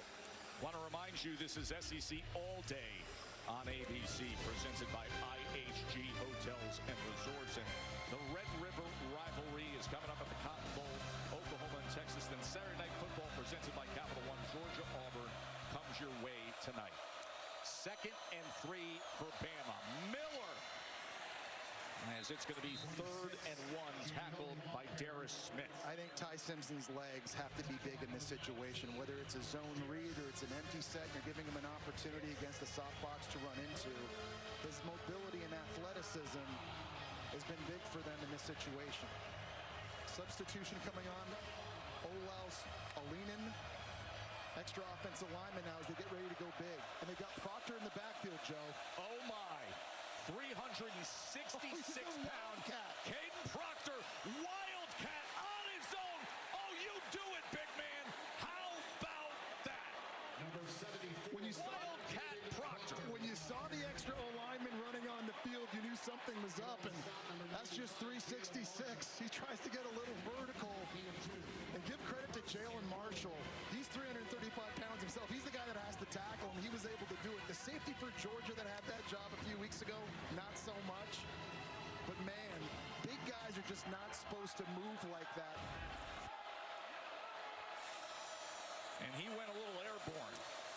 Whoa, oh, a stumble, but Jam Miller takes it in. Ty Simpson stumbled, but somehow got it to Jam Miller, and it's a touchdown, Alabama. Yeah. It was set up by the left tackle, and then Miller brings it in. I think Simpson got his foot stepped on that time by his own left guard, Cam Dewberry. And as a coach, you always, the penetration's going to come right here. You always hold your breath, because is he going to let go of the ball?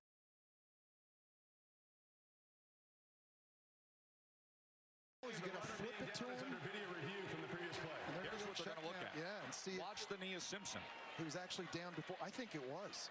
I think his right knee actually hit the turf before he hands this off. Watch there. Oh, this could be a loss of yardage and wipe out a touchdown run by Jam Miller. Because he actually didn't flip the ball to Miller. He actually handed it to him. He still has it in his hands right there. Yeah, that's going to be a loss. Great job of penetrating up front by Missouri and their physicality here with their backs against the wall. Take a look at the knee. You be the judge. Does it hit the turf, or is there space? I think it's down. Let's see. Right there, it's down. And the ball is still in his hand as he was tripped up. After review, the runner's knee was down prior to giving up possession. The ball will be placed just inside the 5-yard line, second down.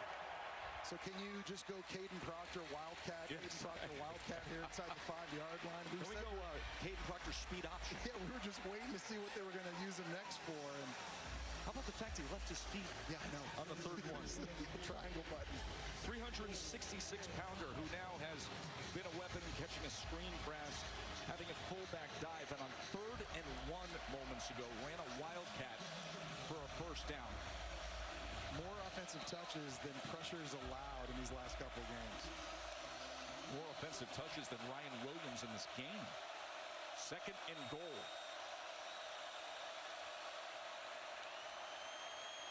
Here's Miller, and he is met.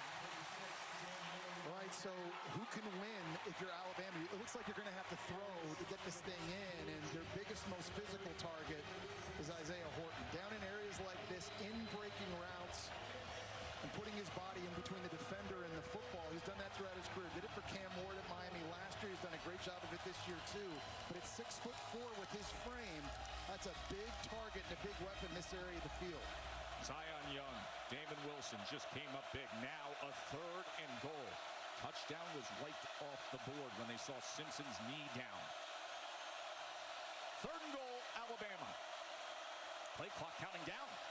Simpson back to pass to the end zone. Incomplete. He was looking for Cuevas. Well, he had to get through that progression quickly. Damon Wilson was bearing down on him, running a stunt.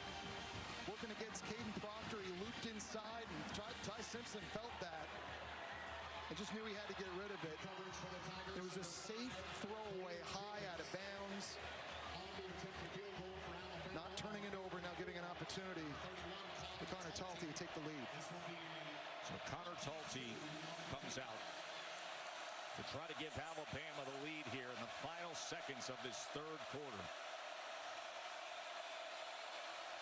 Just an angled short 22-yard attempt. The kick is good. And number 8, Alabama's back on top. The drama down inside the 10 years here from Como, watching the SEC on ABC.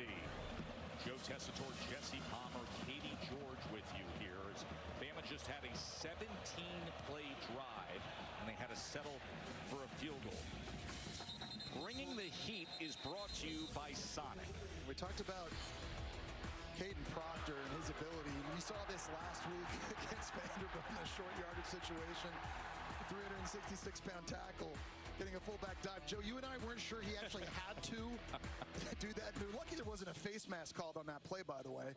But, you know, it's a lot of pressure, right? If you're Ryan Grubb on offense now, because every week you're having to come up with something new cool for him to do. It was a screen against Georgia, a fullback dive last week, Wildcat this week. I mean, what's next for Tennessee? It's so much fun. Prabula, play action. As he goes underneath to Norfleet, his tight end, who had a 26-yard touchdown on the opening drive. And we've got a really good one here in the SEC. What's going to be the difference here in the fourth quarter? Yeah, if our offense can sustain a drive right here, you know, you got everything you want. You're in a one-score game in the fourth quarter. Let's go finish the game. Take some time. MIZ. And we have everything we want. A compelling setting. It's loud here in Como. And a great game between top 15 teams as Prabula goes underneath to Norfleet, who settles in after gaining the yardage for a first down. Really nice job that time, and that play design by offensive coordinator Kirby Moore. Norfleet's just going to kind of get lost. He's just going to act like he's blocking. He's trying to mix in with the offense of line up front, and he really does a good job of being patient up here. He's blocking, he's blocking, he's blocking, and then he's going to release, and that's the check down throw for Prabula. Hardy, as he is met, but that is exactly what he can do. The contact balance, the ability to still go forward. That missed tackle was Bray Hubbard. Well, it feels like it's Hardy time right now, right? If you're Missouri, the nation's leading rusher, and he's fresh, by the way. That was only his 11th carry in this game, so a guy that breaks tons of tackles, let him work. 2nd and 5, and that's exactly what they're going to do. They're going to try to feed him, but he is dragged down from behind. Just a gain of 1 yard that time as he's tackled by Simmons, the true freshman. If you had come into this game and you had said to me, Jesse, Kevin Coleman is going to have 1 catch for 2 yards for Missouri, I would have told you you'd be crazy. Guy's got 40 catches on the year. I know. The transfer from Mississippi State has been outstanding, and he's really been the guy more often than not that Bo Prabula has looked for in these third down situations. He's lined up tight in the split end. This is screaming drag route or something shallow. Let's see if that's the case on 3rd and 4, Jesse. Can Mizzou keep this drive going? Prabula downfield. Oh, and right into the hands of Hubbard. Well, he was looking for Kevin Coleman. Coleman never turned around to look for the football. And Bray Hubbard, who has been an absolute turnover machine for Alabama, comes up with a big catch. An interception for Alabama. Coleman's here. He's just running a seam route right down the field. But watch, he never turns around to look for this. Purdue's expecting him to just sit in that soft spot of the zone. And how about Bray Hubbard, Joe?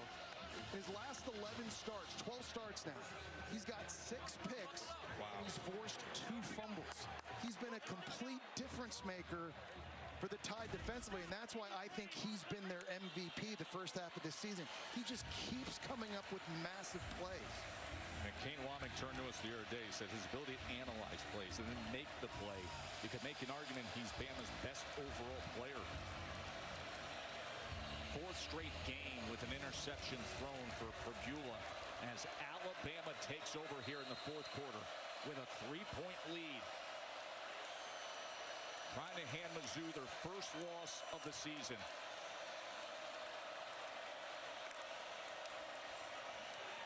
Jam Miller straight ahead.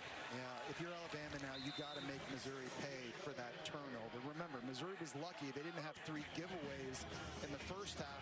They give 1 away there. If you're going to beat a team like Bama, as hot as they are, you have got to play clean. The margin for error is so small. And Ty Simpson's been excellent this year in sudden change situations, getting the offense going. A lot of attaboys for Hubbard on the sideline, while Jam Miller takes it ahead to midfield. That's close to the line of game. And they're running behind Caden Proctor that time, getting really good push. He completely moved Sterling Webb, number 10, cleared him out of the way for Jam Miller to run. And I think in games like this, your best players got to play big. Run behind your best players. Number 74, lean on him. Whether it's Zion Young, whoever he's going up against, trust this guy. He's going to be a top 10 pick.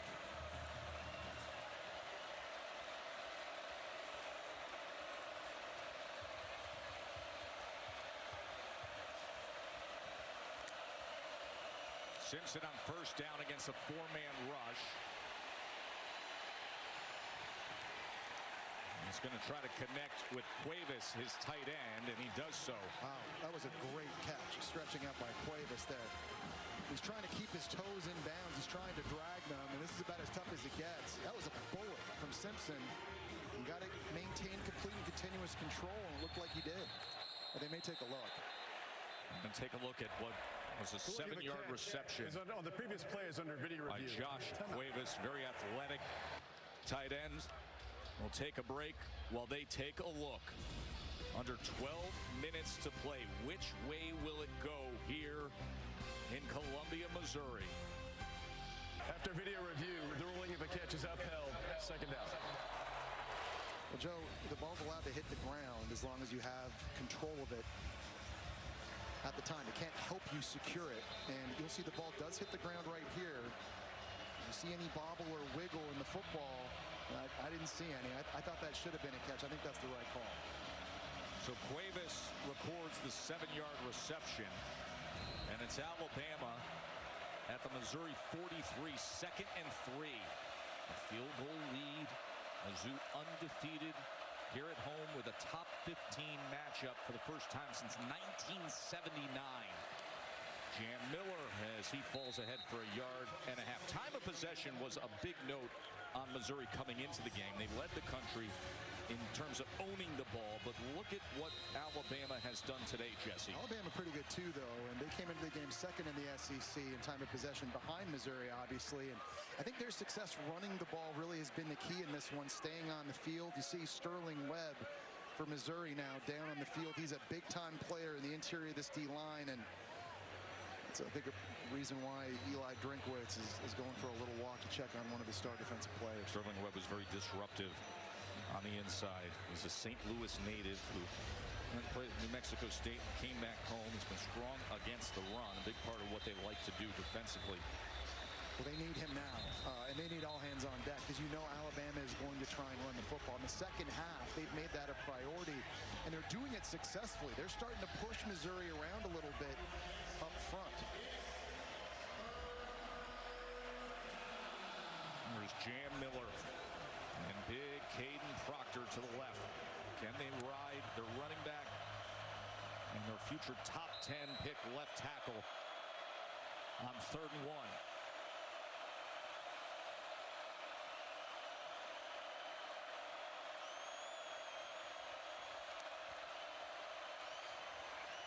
Miller, he's going to be marked short.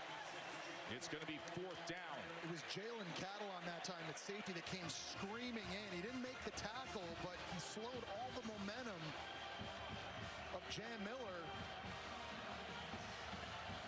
And then they were able to clean it up. 4th down. I like this call by Kalen DeBoer. And to me, there's one direction you're running this thing. It's to the left. 4th down and 1. As loud as could be here at Memorial Stadium. 4th and 1. Simpson shuffles it ahead to Miller for a 1st down. Man, that's the second time in a couple games you've seen a very creative play call by Ryan Grubb, getting Simpson and Jam Miller out to the perimeter on the right-hand side. You saw it at the end of the Georgia game on 3rd down. That's not a good scene. This is a big one here. He's running outside. He almost gets hit by Toriano Pride. He's able to just flip it to Jam Miller to pick up that 1st. Jam Miller's writhing in pain at the end of that play. On that critical fourth down conversion, let's show you the end of this play. This is how they converted to move the sticks, and then Miller injured at the end of the play. Takes a big hit that time by Everett. Oof. And I guess the question is that targeting? He's not a defenseless player, but you're not allowed to make forcible contact with the crown of the helmet. I think that's one thing they may take a look at. We're going to take a break, and we'll discuss it in just a little bit. But it is a first down. They helped Jam Miller off the field just moments ago. Alabama's starting running back. And Jesse, let's show everybody why. Yeah, well, when I was watching this live, I wondered maybe this was targeting if he was hit with the crown of the helmet. I don't think he was, though. Watching this back a couple times, I think it's the shoulder of Catalan that gets him. That was a big collision. Both of those guys slow to get up, and Catalan's not in the game right now. It's good to see Jam Miller, though, getting some help walking into the locker room. Remember, it was a 10-yard reception on a 4th and 1 as Simpson and Miller were able to get it accomplished. So now a fresh set of downs for Alabama. 3-point lead. Big SEC matchup. Play action. Simpson as he overthrows Cuevas, since there was a lot of pursuit on Simpson. Well, you got a 3-point lead here in the fourth quarter if you're Bama, and obviously you want to be able to run the ball, but now that Jam Miller's not out there, he was your biggest, most physical guy, and now you're asking a lot of Kevin Riley. The redshirt freshman at only 190 pounds is a different style runner. Can he be physical enough in this situation?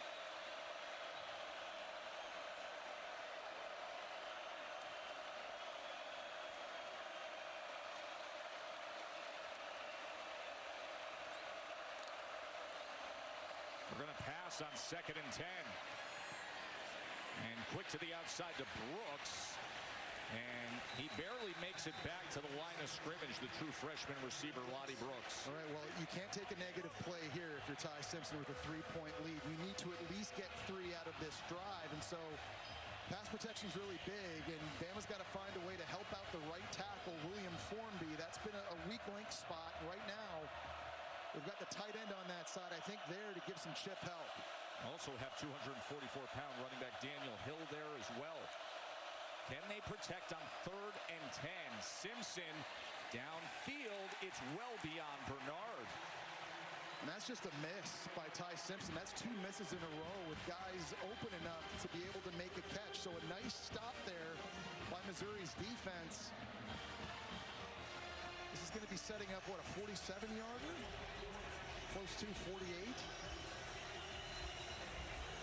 Maybe even officially 49 based on where Blake Dowd is going to be holding that ball.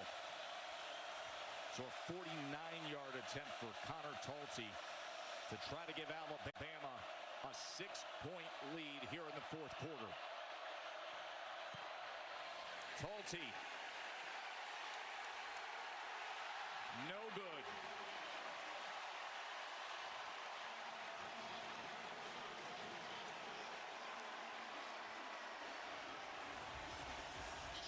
So Connor Talty last week was 3 for 4. This from 49 yards.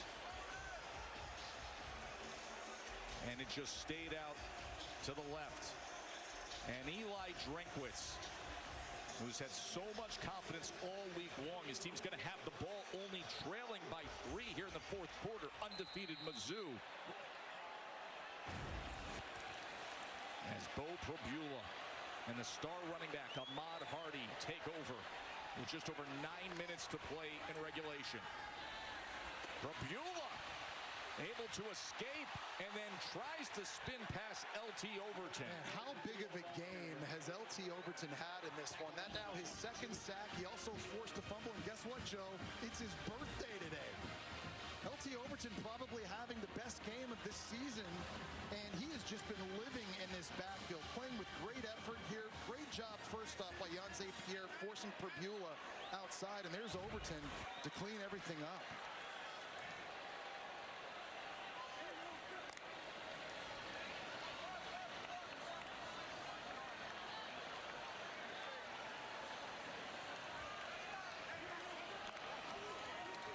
Probula against a 4-man rush rush on 2nd and 12. A lot of traffic again as he tries to check down to Hardy, and not much there because Deontay Lawson was waiting on him. They just don't have it in the vertical passing game, Joe. And we've kind of seen that throughout the course of the year. They actually came into this one with only 9 attempts where the ball travels more than 20 yards downfield. That's the fewest in the SEC. They don't have the dudes outside that can stretch the field, get behind the defense. Everything is sort of shallow and underneath, and there's just been no threat of the vertical passing game. They've been very one-dimensional in this game outside of the early touchdown pass to Norfolk. Today, just 1 for 7 on 3rd down. Here's 3rd and 11. Beulah, he is chased back by Overton again and then slings it across. But a good tackle that time on Jamal Roberts by Justin Jefferson. That was a fantastic tackle that time by Jefferson in the open field. If he misses this, Roberts is going to be able to break this and go get a first down. Jefferson was so good in their last game against Vanderbilt with 14 tackles. He had a sack. He forced a fumble in the red zone on Diego Pavia, and the speed, able to get to Roberts and bring him down. He's their leading tackler for a reason. He's got big shoes to fill. Remember Jahad Campbell last year, first-round pick for the Philadelphia Eagles. Justin Jefferson, he has really stepped up early this season. 4th and 4, it's a fake. It is a fake as they give it to the up-back who's trying to reach out for it. It's Jamal Roberts, the backup running back. It'll depend on the spot. I don't know if he got it. This is going to be so close. They fake the punt from their own 37-yard line to the up-back Jamal Roberts. And Bama's walking off the field celebrating a turnover on downs. Wow, you got to give Dre Washington, a running back for Alabama, credit there on punt return because he was staying aware, wasn't fully fooled. And he was able to run over to the sideline quickly to get to Roberts.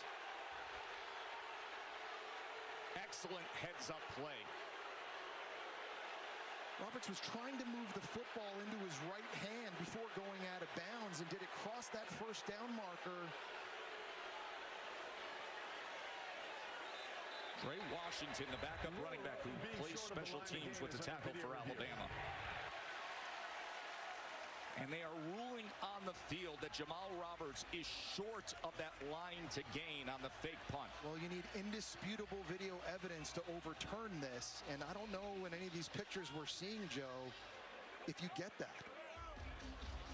Really heads-up play by Dre Washington being there. Our rules expert, Matt Austin, can be brought into the conversation here. Matt, what would you be looking for? Well, I agree with Jesse. You just need to have clear and obvious evidence that the ball did cross the sideline beyond the line to gain mark. And I agree with Jesse. I just don't see any evidence of that. It looks like he did everything he could to keep it in bounds as long as he could before it crossed. But you just don't have a good reference point because you're looking behind the runner. And again, to give credit to Dre Washington, just the heads-up play in that situation, when you think, okay, it's 4th quarter, they're in their own end of the field. Obviously, they're punting this back to us. No one's going to take a gamble in this kind of situation. That was really a heads-up football IQ play by him. Do you like the call, the fake punt in that spot from your own 37? You know, he talks about the Mizzou factor for Eli Drinkwitz, and you got to take chances. And, you know, he's shown a little bit of that throughout this game. Both of these teams have been trying to stay aggressive, and you know, when you make that play call, you're sending a clear message, I think, to your team. Hey, I trust in you and I believe in you. We practice this to go get this thing executed. I think on that particular play, there was maybe a better individual effort by the opponent. We're going to sync up the angles for you. Remember, the ruling on the field is that he did not make the line to gain on this fake punt run by Jamal Roberts. Just don't know in either of those pictures if, with absolute certainty, you can say, yeah, he did. He crossed it. After video review, the ruling on the field is upheld. The runner is short of the line again. First down, Alabama. So it is a turnover on downs, and Alabama takes over with just over 7 minutes to play on the Missouri 40-yard line. Well, this is a wild series here in sequence of events the last couple drives, right? Because Beulah throws the pick, Bama marches down, they miss the field goal, and now Missouri gives it right back to them in their own end. You know, if you're Alabama, you've got a chance to start taking some knockout swings here, but you got to connect. This field position is too good to waste. Remember, their best running back is out of the game. Daniel Hill's in at running back now for Jan Miller. Simpson's a pass with a man coming at him, and he is torn down by Damon Wilson.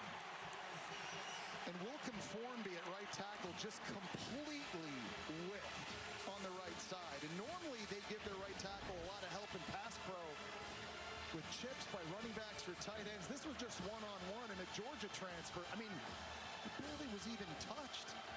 Jesse, that's 4 sacks today now. That's Wilson's second sack. I mean, none are going to come easier than that. 4 sacks for Missouri. And all of a sudden, it's 2nd and 17 with under 6.5 minutes to play.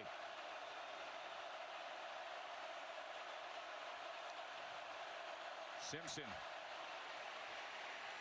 as he goes underneath to Riley, and Riley is going to lose yardage. So all of a sudden, after the turnover on downs, the Mizzou defense is answering. Sterling Webb and Chris McClellan combining there. And they're dominating up front. They're getting pressure. Coming into this game, 50% pressure on QB dropbacks. They have taken this thing over here on this drive. Bama's going in the wrong direction. Simpson on 3rd and 24. As he goes underneath to Riley, and Riley gets back some yardage to the 37. And now decision time if you're Kalen DeBoer, because you're kind of in that no man's land just inside the 40-yard line. You don't really want to punt it here. But you still got a long ways to go. You got to get to the 30-yard line to convert this thing. They are going to stay on the field. They've got Daniel Hill at running back. Number one, though, Joe, first and foremost, they got to protect Ty Simpson. So a 4th down and 8 for Alabama now.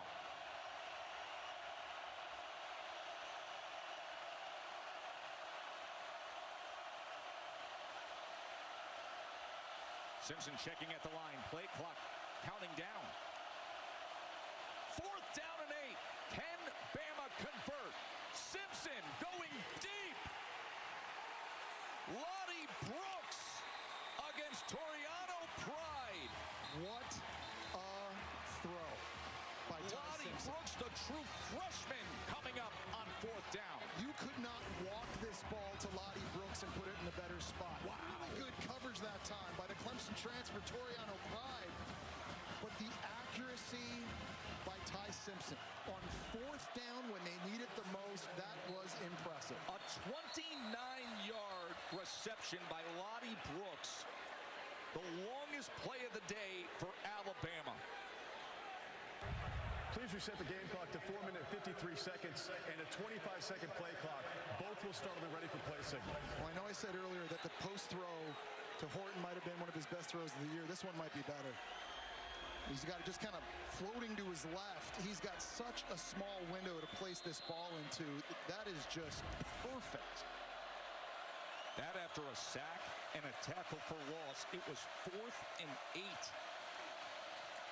And now Daniel Hill, as they stack him up after a gain of 2 yards. Trotter on the tackle. And Joe, we were talking about that earlier with Ty Simpson, right? The resiliency and how he throws the pick early against Vanderbilt last week and then bounces back and makes a bunch of plays. That's a perfect example after getting sacked and being pressured to stick in there on 4th down and deliver an absolute dart like that. His confidence right now is just sky high, and they need that now. Without Jan Miller in this situation, this area of the field, they need number 15. By the way, Lonnie Brooks, give him credit. The true freshman's their leading receiver today. 4 catches for 58 yards. That 29-yarder on 4th down was sensational. 2nd and goal. Simpson. To the end zone he goes, and it's overthrown. Incomplete. 3rd and goal. Really good job in the back end covering that time by Santana Banner, the Northern Illinois transfer. Now we got 3rd and goal. And just think how big would a touchdown here be for Alabama. Make it a 10-point game, a 2-possession game with under 4 minutes to go. This could be the one that seals it. But who outside can win? Ryan Williams still without a catch in this game. He's lined up at the bottom of the screen.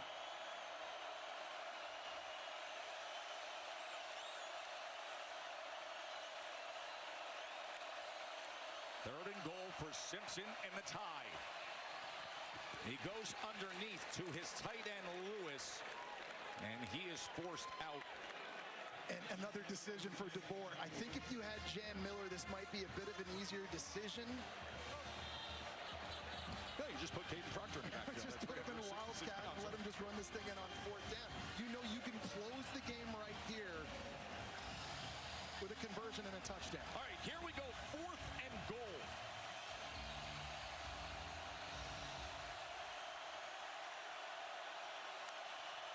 Simpson on 4th and goal to pass to the end zone. It is Daniel Hill, the 244-pound running back with the touchdown reception. It's such a great job of Ty Simpson and Daniel Hill being on the same page in a hot situation. Missouri's going to blitz off the edge. The answer is right here in the flat. Ty Simpson sees it immediately. There's nobody blocking him. The answer in Ryan Grubb's offense is to throw the flat to the running back in a humongous moment on the road. Two guys hooking up. Salty with the extra point. Kalen DeBoer turned to us the other day and said it's the mental piece with Simpson, his resiliency. Ty Simpson with 3 touchdown passes today. Alabama with a 10-point lead over 5-0 Mizzou. Let's go to the studio to Kevin. What's up, my man? Tess, AT&T, keeping fans connected as we take a look at our multi-view, which is showcasing a bunch of great games across our networks. We're keeping an eye on what's going on in Oxford. SEC Network right now, late in the 3rd quarter. Washington State has the lead against Ole Miss, the number 4 team in the country, and it looks like Trinidad Chambliss just went in on the score in real time. So the Rebels back on top. We will update that score as they're up now 16-14. Back to you. Nagandi was just teasing us. He knew that touchdown was coming. Yeah. That's why he directed our attention there. We're on a delay, obviously. Oh, Prabula. Can he get something going here? Is Jamal Roberts. Look at the extra yardage that Roberts gets. Well, you're down, open up this drive. You're down 10, Joe. In Missouri, you got to throw it. But we haven't seen them have any consistency in doing that to wide receivers down the field in this one. And so you're in this situation now. This is really all going to come down to Prabula and these guys outside getting it done. 3 timeouts remain for Mizzou. Trailing by 10. Prabula. Wow, that ball was at first bobbled and then secured by Johnson. That's the 2nd time he's made a ridiculous one-handed catch in this game. His catch radius here, for a guy that's only 5'11", has been unbelievable. Mizzou moving fast. As he goes underneath and met immediately by Bray Hubbard was Ahmad Hardy. And Bama's going to give that to you all day. They're going to play big prevent-style zone covers. They're going to keep the ball in front of them. If you want to throw checkdowns to your running back, they'll let you do that all day long. On 2nd and 9. He's going to run it himself, and in doing so, he's going to have the first down and a heck of a lot more as we reach the 2-minute timeout. Missouri on the go, trailing by 10. Dejon Lee down at the end of that play. 2-minute timeout has arrived. Us here, 5-0, number 14 in the country, but it's Alabama that has created so much momentum. The win against Georgia, the win against Vandy, and can they hold on here with under 2 minutes to play against Mizzou? Prabula back to pass for the Tigers. Threw it high and incomplete. Roberts couldn't control it. Alabama's just not giving them anything deep down the field. They're taking it all away. Eli Drinkwitz is just hoping they can free somebody up down the field. And I'll go back to him again. Kevin Coleman, just 1 catch, 2 yards. And it's just been amazing. They have not been able to get him more touches or more involved in this game.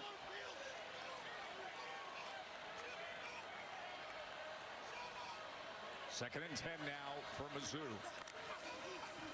Prabula downfield, and he gets it complete inside the 5-yard line to Olubade. The true freshman Olubade making a great catch with really good coverage behind him, and Deshaun Jones. There's finally a big one vertically down the field. The first time since the catch by Northfleet, Missouri is able to come up with a big one in the passing game. 29-yard reception. Now keep in mind, Olubade was on top of the Alabama defender, and I don't know that he didn't roll right into the end zone on top of Deshaun Jones. Let's take a look at this again. Did his butt hit the ground there? They're sliding. The ball's not in the end zone when the knee touches it, I don't think. I think the ball's still probably short of the goal line once that knee does touch. But you're right, Joe. That was kind of a crazy play, how it ended. I agree with you. Watch the position of the ball no matter where his body is when he rolls over here. Yeah, so I think there, obviously, he's down. It looks like he's short, but it should be spotted right at around the 1-yard line, I think. Donovan Olubade, the true freshman, with a big catch that they had to have. It took them over 58 minutes to finally take a shot vertically down the field to a wide receiver. They just don't do it enough. There just hasn't been enough aggressive play calling, I think, in the passing game. And finally, when they do get the true freshman Olubade, he comes up with a big one at a time they need it the most. To your point of not airing it out very often, they came in today with the third fewest yards per attempt in the SEC. Only 9 pass attempts over 20 yards. After review, the receiver caught the pass and was down with the ball at the 3-yard line. It'll be first down. Please reset the game clock to 1:51. It'll start on the ready for play. So they're actually going to mark it at the 3, Jesse. Well, here, regardless, whether it's the 3 or the 1, they've got to score a touchdown, and they got to do it quickly now because they still have 3 timeouts. If they can score quick, they can burn those timeouts when Bama gets the ball back and still give themselves an opportunity if they can force a punt right around midfield. So still lots of football to go here with just 1:51 left. But you got to get on the board. Ahmad Hardy is the featured back here. As Bo Prabula, guy who started his career at Penn State, trying to find some magic at Mizzou. To the end zone, and it's a touchdown with Olubade. Donovan Olubade, the touchdown reception with 1:39 to play. Well, he had a chance to hit Coleman to the right. It wasn't there, but there was a complete bust in the back end for Alabama. And Olubade, I thought this was open here for a second. Nobody, though, takes the basic route at the back of the end zone for Alabama. Good job of Prabula getting through the progression. Good accurate throw. That's the quick score they needed. True freshman kicker for the extra point, and Robert Meyer puts it right through. So a 7-play drive that, Jesse, only took 1:37. Yeah, when you start trying to actually take shots down the field, sometimes good things happen. It's been Prabula hooking up with the 4-star out of high school, had offers from Georgia and Oregon. Eli Drinkwitz got him here at Missouri, and Olubade makes 2 big-time catches on back-to-back plays. And you got a top 15 matchup here with top 10 Alabama trying to hold on as we look at our college football rankings. Brought to you by AT&T. A lot of shake-up here. Ohio State's got a tough one against Illinois coming up already. We know about this right here. Alabama in a dogfight right now. Ole Miss in a dogfight too. Texas A&M playing a Florida team that just upset Texas at home. Georgia's got to go to Jordan-Hare tonight in that environment. By the way, number 11 LSU's got a tough South Carolina team. This could be a lot of movement in the top 10 before the day is over. And of course, coming up right here on ABC, it is Red River. It is number 6 Oklahoma against Texas. Now we will see how Missouri choose to play this here on the kickoff. As Lottie Brooks is all the way up near the 30-yard line, the return man. And Alabama is putting everybody there at the 46. And they were going for the onside with that unique position of the ball as Alabama uses a timeout. What you see there, Jesse, when you see the kickoff specialist lay the ball, what we call it watermelon style. Right. He's looking for the helicopter rotation spin instead of that traditional double bounce pop-up jump ball spin. Which oftentimes just lands right into the belly of somebody on the return team, right? So you're giving yourself better odds with that kind of ball rotation you're talking about. By the way, it has been 4 years since Missouri recovered an onside kick. Never done it in SEC play, though. So this would be a first. No better time through the present right now. Something else they've never done in the SEC, and that's beat Alabama. Last Mizzou win against Alabama was in 1975. Ty Simpson, the SEC's passing leader, 3 touchdown passes today. But now, how can they manage things here in the final moments to hand Missouri their first loss? Or is there something left with Mizzou? Here's the onside kick attempt. And Alabama able to recover as Cole Adams secures it. Their punt returner, wide receiver, he's got great hands. And he was aggressive. Like, he went and attacked that football. I was watching it. I'm like, I don't even know if that thing's going to go 10 yards, to be honest. And Cole Adams just went after it. Took a big gamble and big risk. And it's an impressive job reeling this thing in. A lot of nerves in that position. And because of it, Bama now at the 41-yard line. Remember, 3 timeouts for Mizzou. Yep.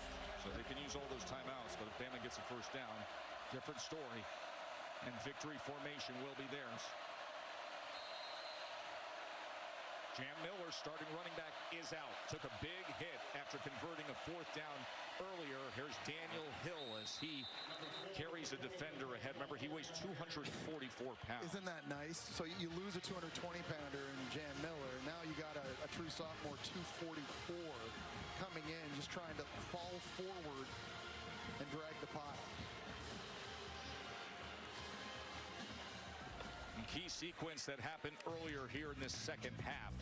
Mizzou from their own 37, they fake the punt and give credit to Dre Washington with the heads-up play for Bama. Isn't it amazing? We've seen Jam Miller and Kevin Riley and Daniel Hill all make these plays at running back. Dre Washington may have made the biggest one, and then Ty Simpson coming up with one of his best throws of the year on 4th down to Lottie Brooks to help set up that touchdown pass to Daniel Hill. Lottie Brooks had the 29-yard reception on what was 4th and 8. Daniel Hill had the 2-yard touchdown reception on what was 4th and goal because of that guy right there, Ty Simpson, who has really emerged as the season has gone along. Hill again, straight ahead. Of course, Mizzou with that second timeout. It's a lot of push, and that's why it's nice to have depth in a stable, and that's one thing Kalen DeBoer and Alabama have been able to recruit at that position. All these running backs, one way or another, whether on offense or on special teams, getting it done. Surprisingly, no Ryan Williams. Ryan Williams, the star wide receiver, 1 target, no catches. Keep in mind, Parker Brailsford, the center, has a reception off a deflection. And Caden Proctor, the left tackle, carried the ball in a wildcat formation. And Williams hasn't touched the ball. He's one of their, if not their most explosive guy on offense. He's so sudden and he can separate. It seems like every game he's coming up with a big play. Obviously, he's been very inconsistent this year with drops. But, I mean, did not have that on my bingo card. Number 2 not having any catches in this one. So now the big moment for Mizzou, the 3rd and 3.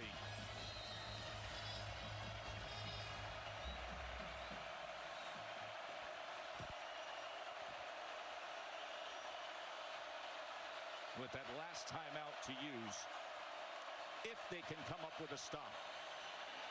And that's what they do. Tackled for a loss was Daniel Hill as the entire front rallied with Tristan Newson making the tackle. So, I think if you're Kalen DeBoer here, I don't think you trust Connor Talty. I don't know if you do for a field goal. I think you have to punt the ball and just try to pin them as deep as possible and count on your defense. This is a big decision here for Kalen DeBoer. I think if you risk going for it, you don't get it. Now all of a sudden, Prebula has it back somewhere around his own 35. Only down 3. I think you got to be conservative and just punt this thing.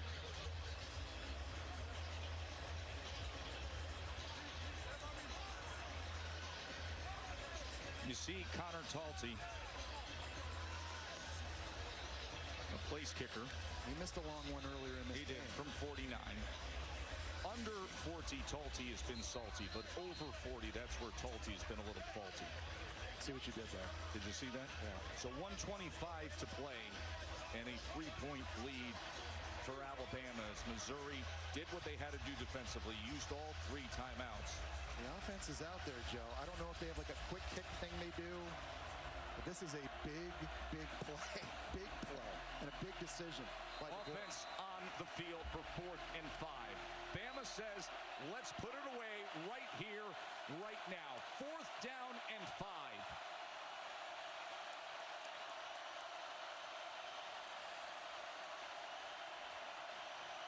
Possibly not. Let's see how they approach this with Simpson at the line. Could be just a hard count. And that is indeed the case as Mizzou stands their ground defensively, focused and disciplined.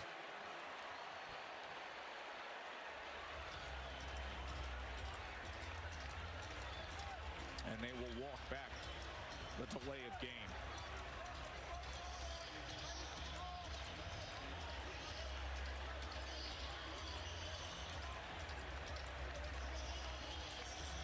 Blake Dowd, a redshirt senior punter from Colorado, will head on out.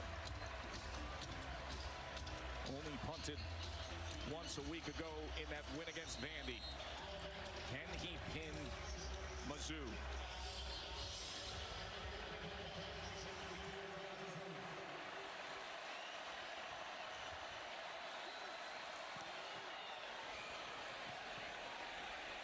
It is fielded, and Coleman scoots ahead towards the 18-yard line as Hubbard cut him down. So now the stage is set for Missouri. 5-0 at home, looking to make history. A top 15 matchup for the first time here since 1979. Haven't beaten a top 15 team in a spot like this, in a matchup like this, since 1976. And it's been 50 years since toppling Bama. No timeouts, trailing by 3.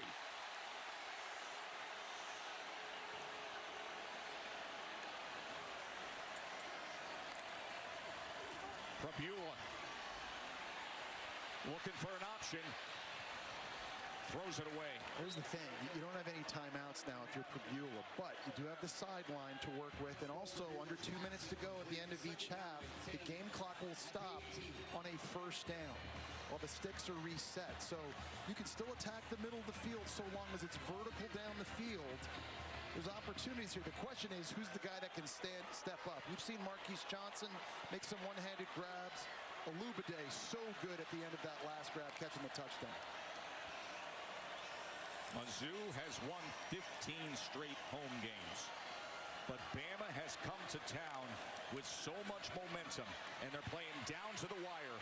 Prabula's going to check down to Roberts, and Roberts is tackled by Justin Jefferson. Well, that was a great job by Roberts just to fight and try and get out of bounds to at least stop the clock. Jefferson, one of the best tacklers on Alabama, is trying to keep him in bounds to keep the game clock running. So I know that wasn't a massive gain, but it was a really nice effort after the catch by Roberts.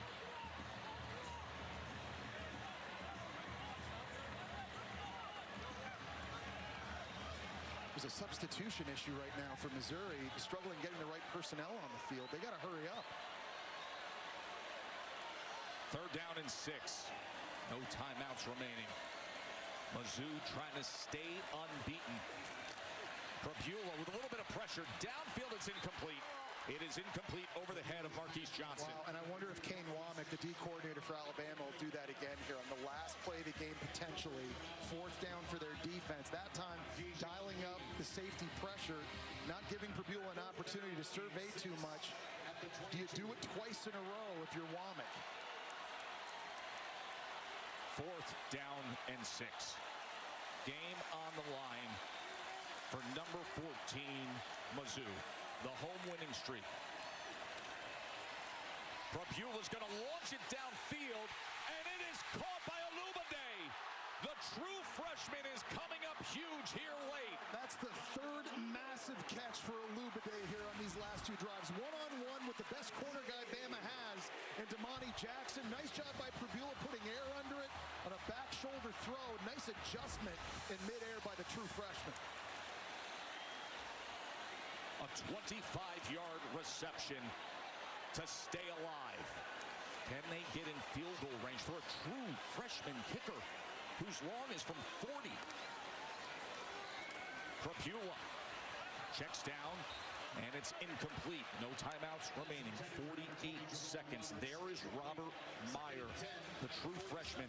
When a starter earlier this year, Blake Craig tore his ACL, and Meyer has been thrown into the fire. Will he get his opportunity to try to tie this game? Probably got to get another 23 yards or so to give him that chance. 48 seconds. I think you're thinking if we can get this thing near the 30-yard line, we're giving Meyer a good opportunity to send this thing into OT.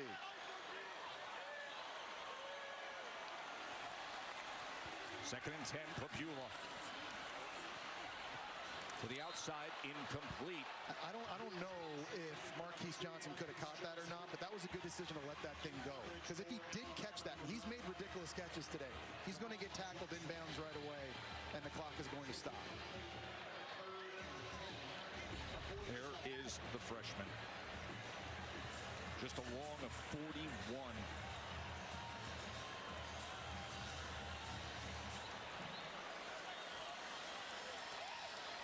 Still work to be done by the Mizzou offense. And Bo Prapula. Third down and 10. Oh, it is intercepted. Intercepted by Alabama Dijon Lee. And that will do it. It's the second time in this quarter Prapula has tried to go down the seam. This time it was Alubade having to fight through two different defenders to get into the area. A bit of an errant throw by Prapula again. And Dijon Lee, the true freshman, comes up with the biggest play of his young career at Alabama to ice this football game. Hey, Mizzou came into this game at 5-0, playing the 109th strength of schedule so far.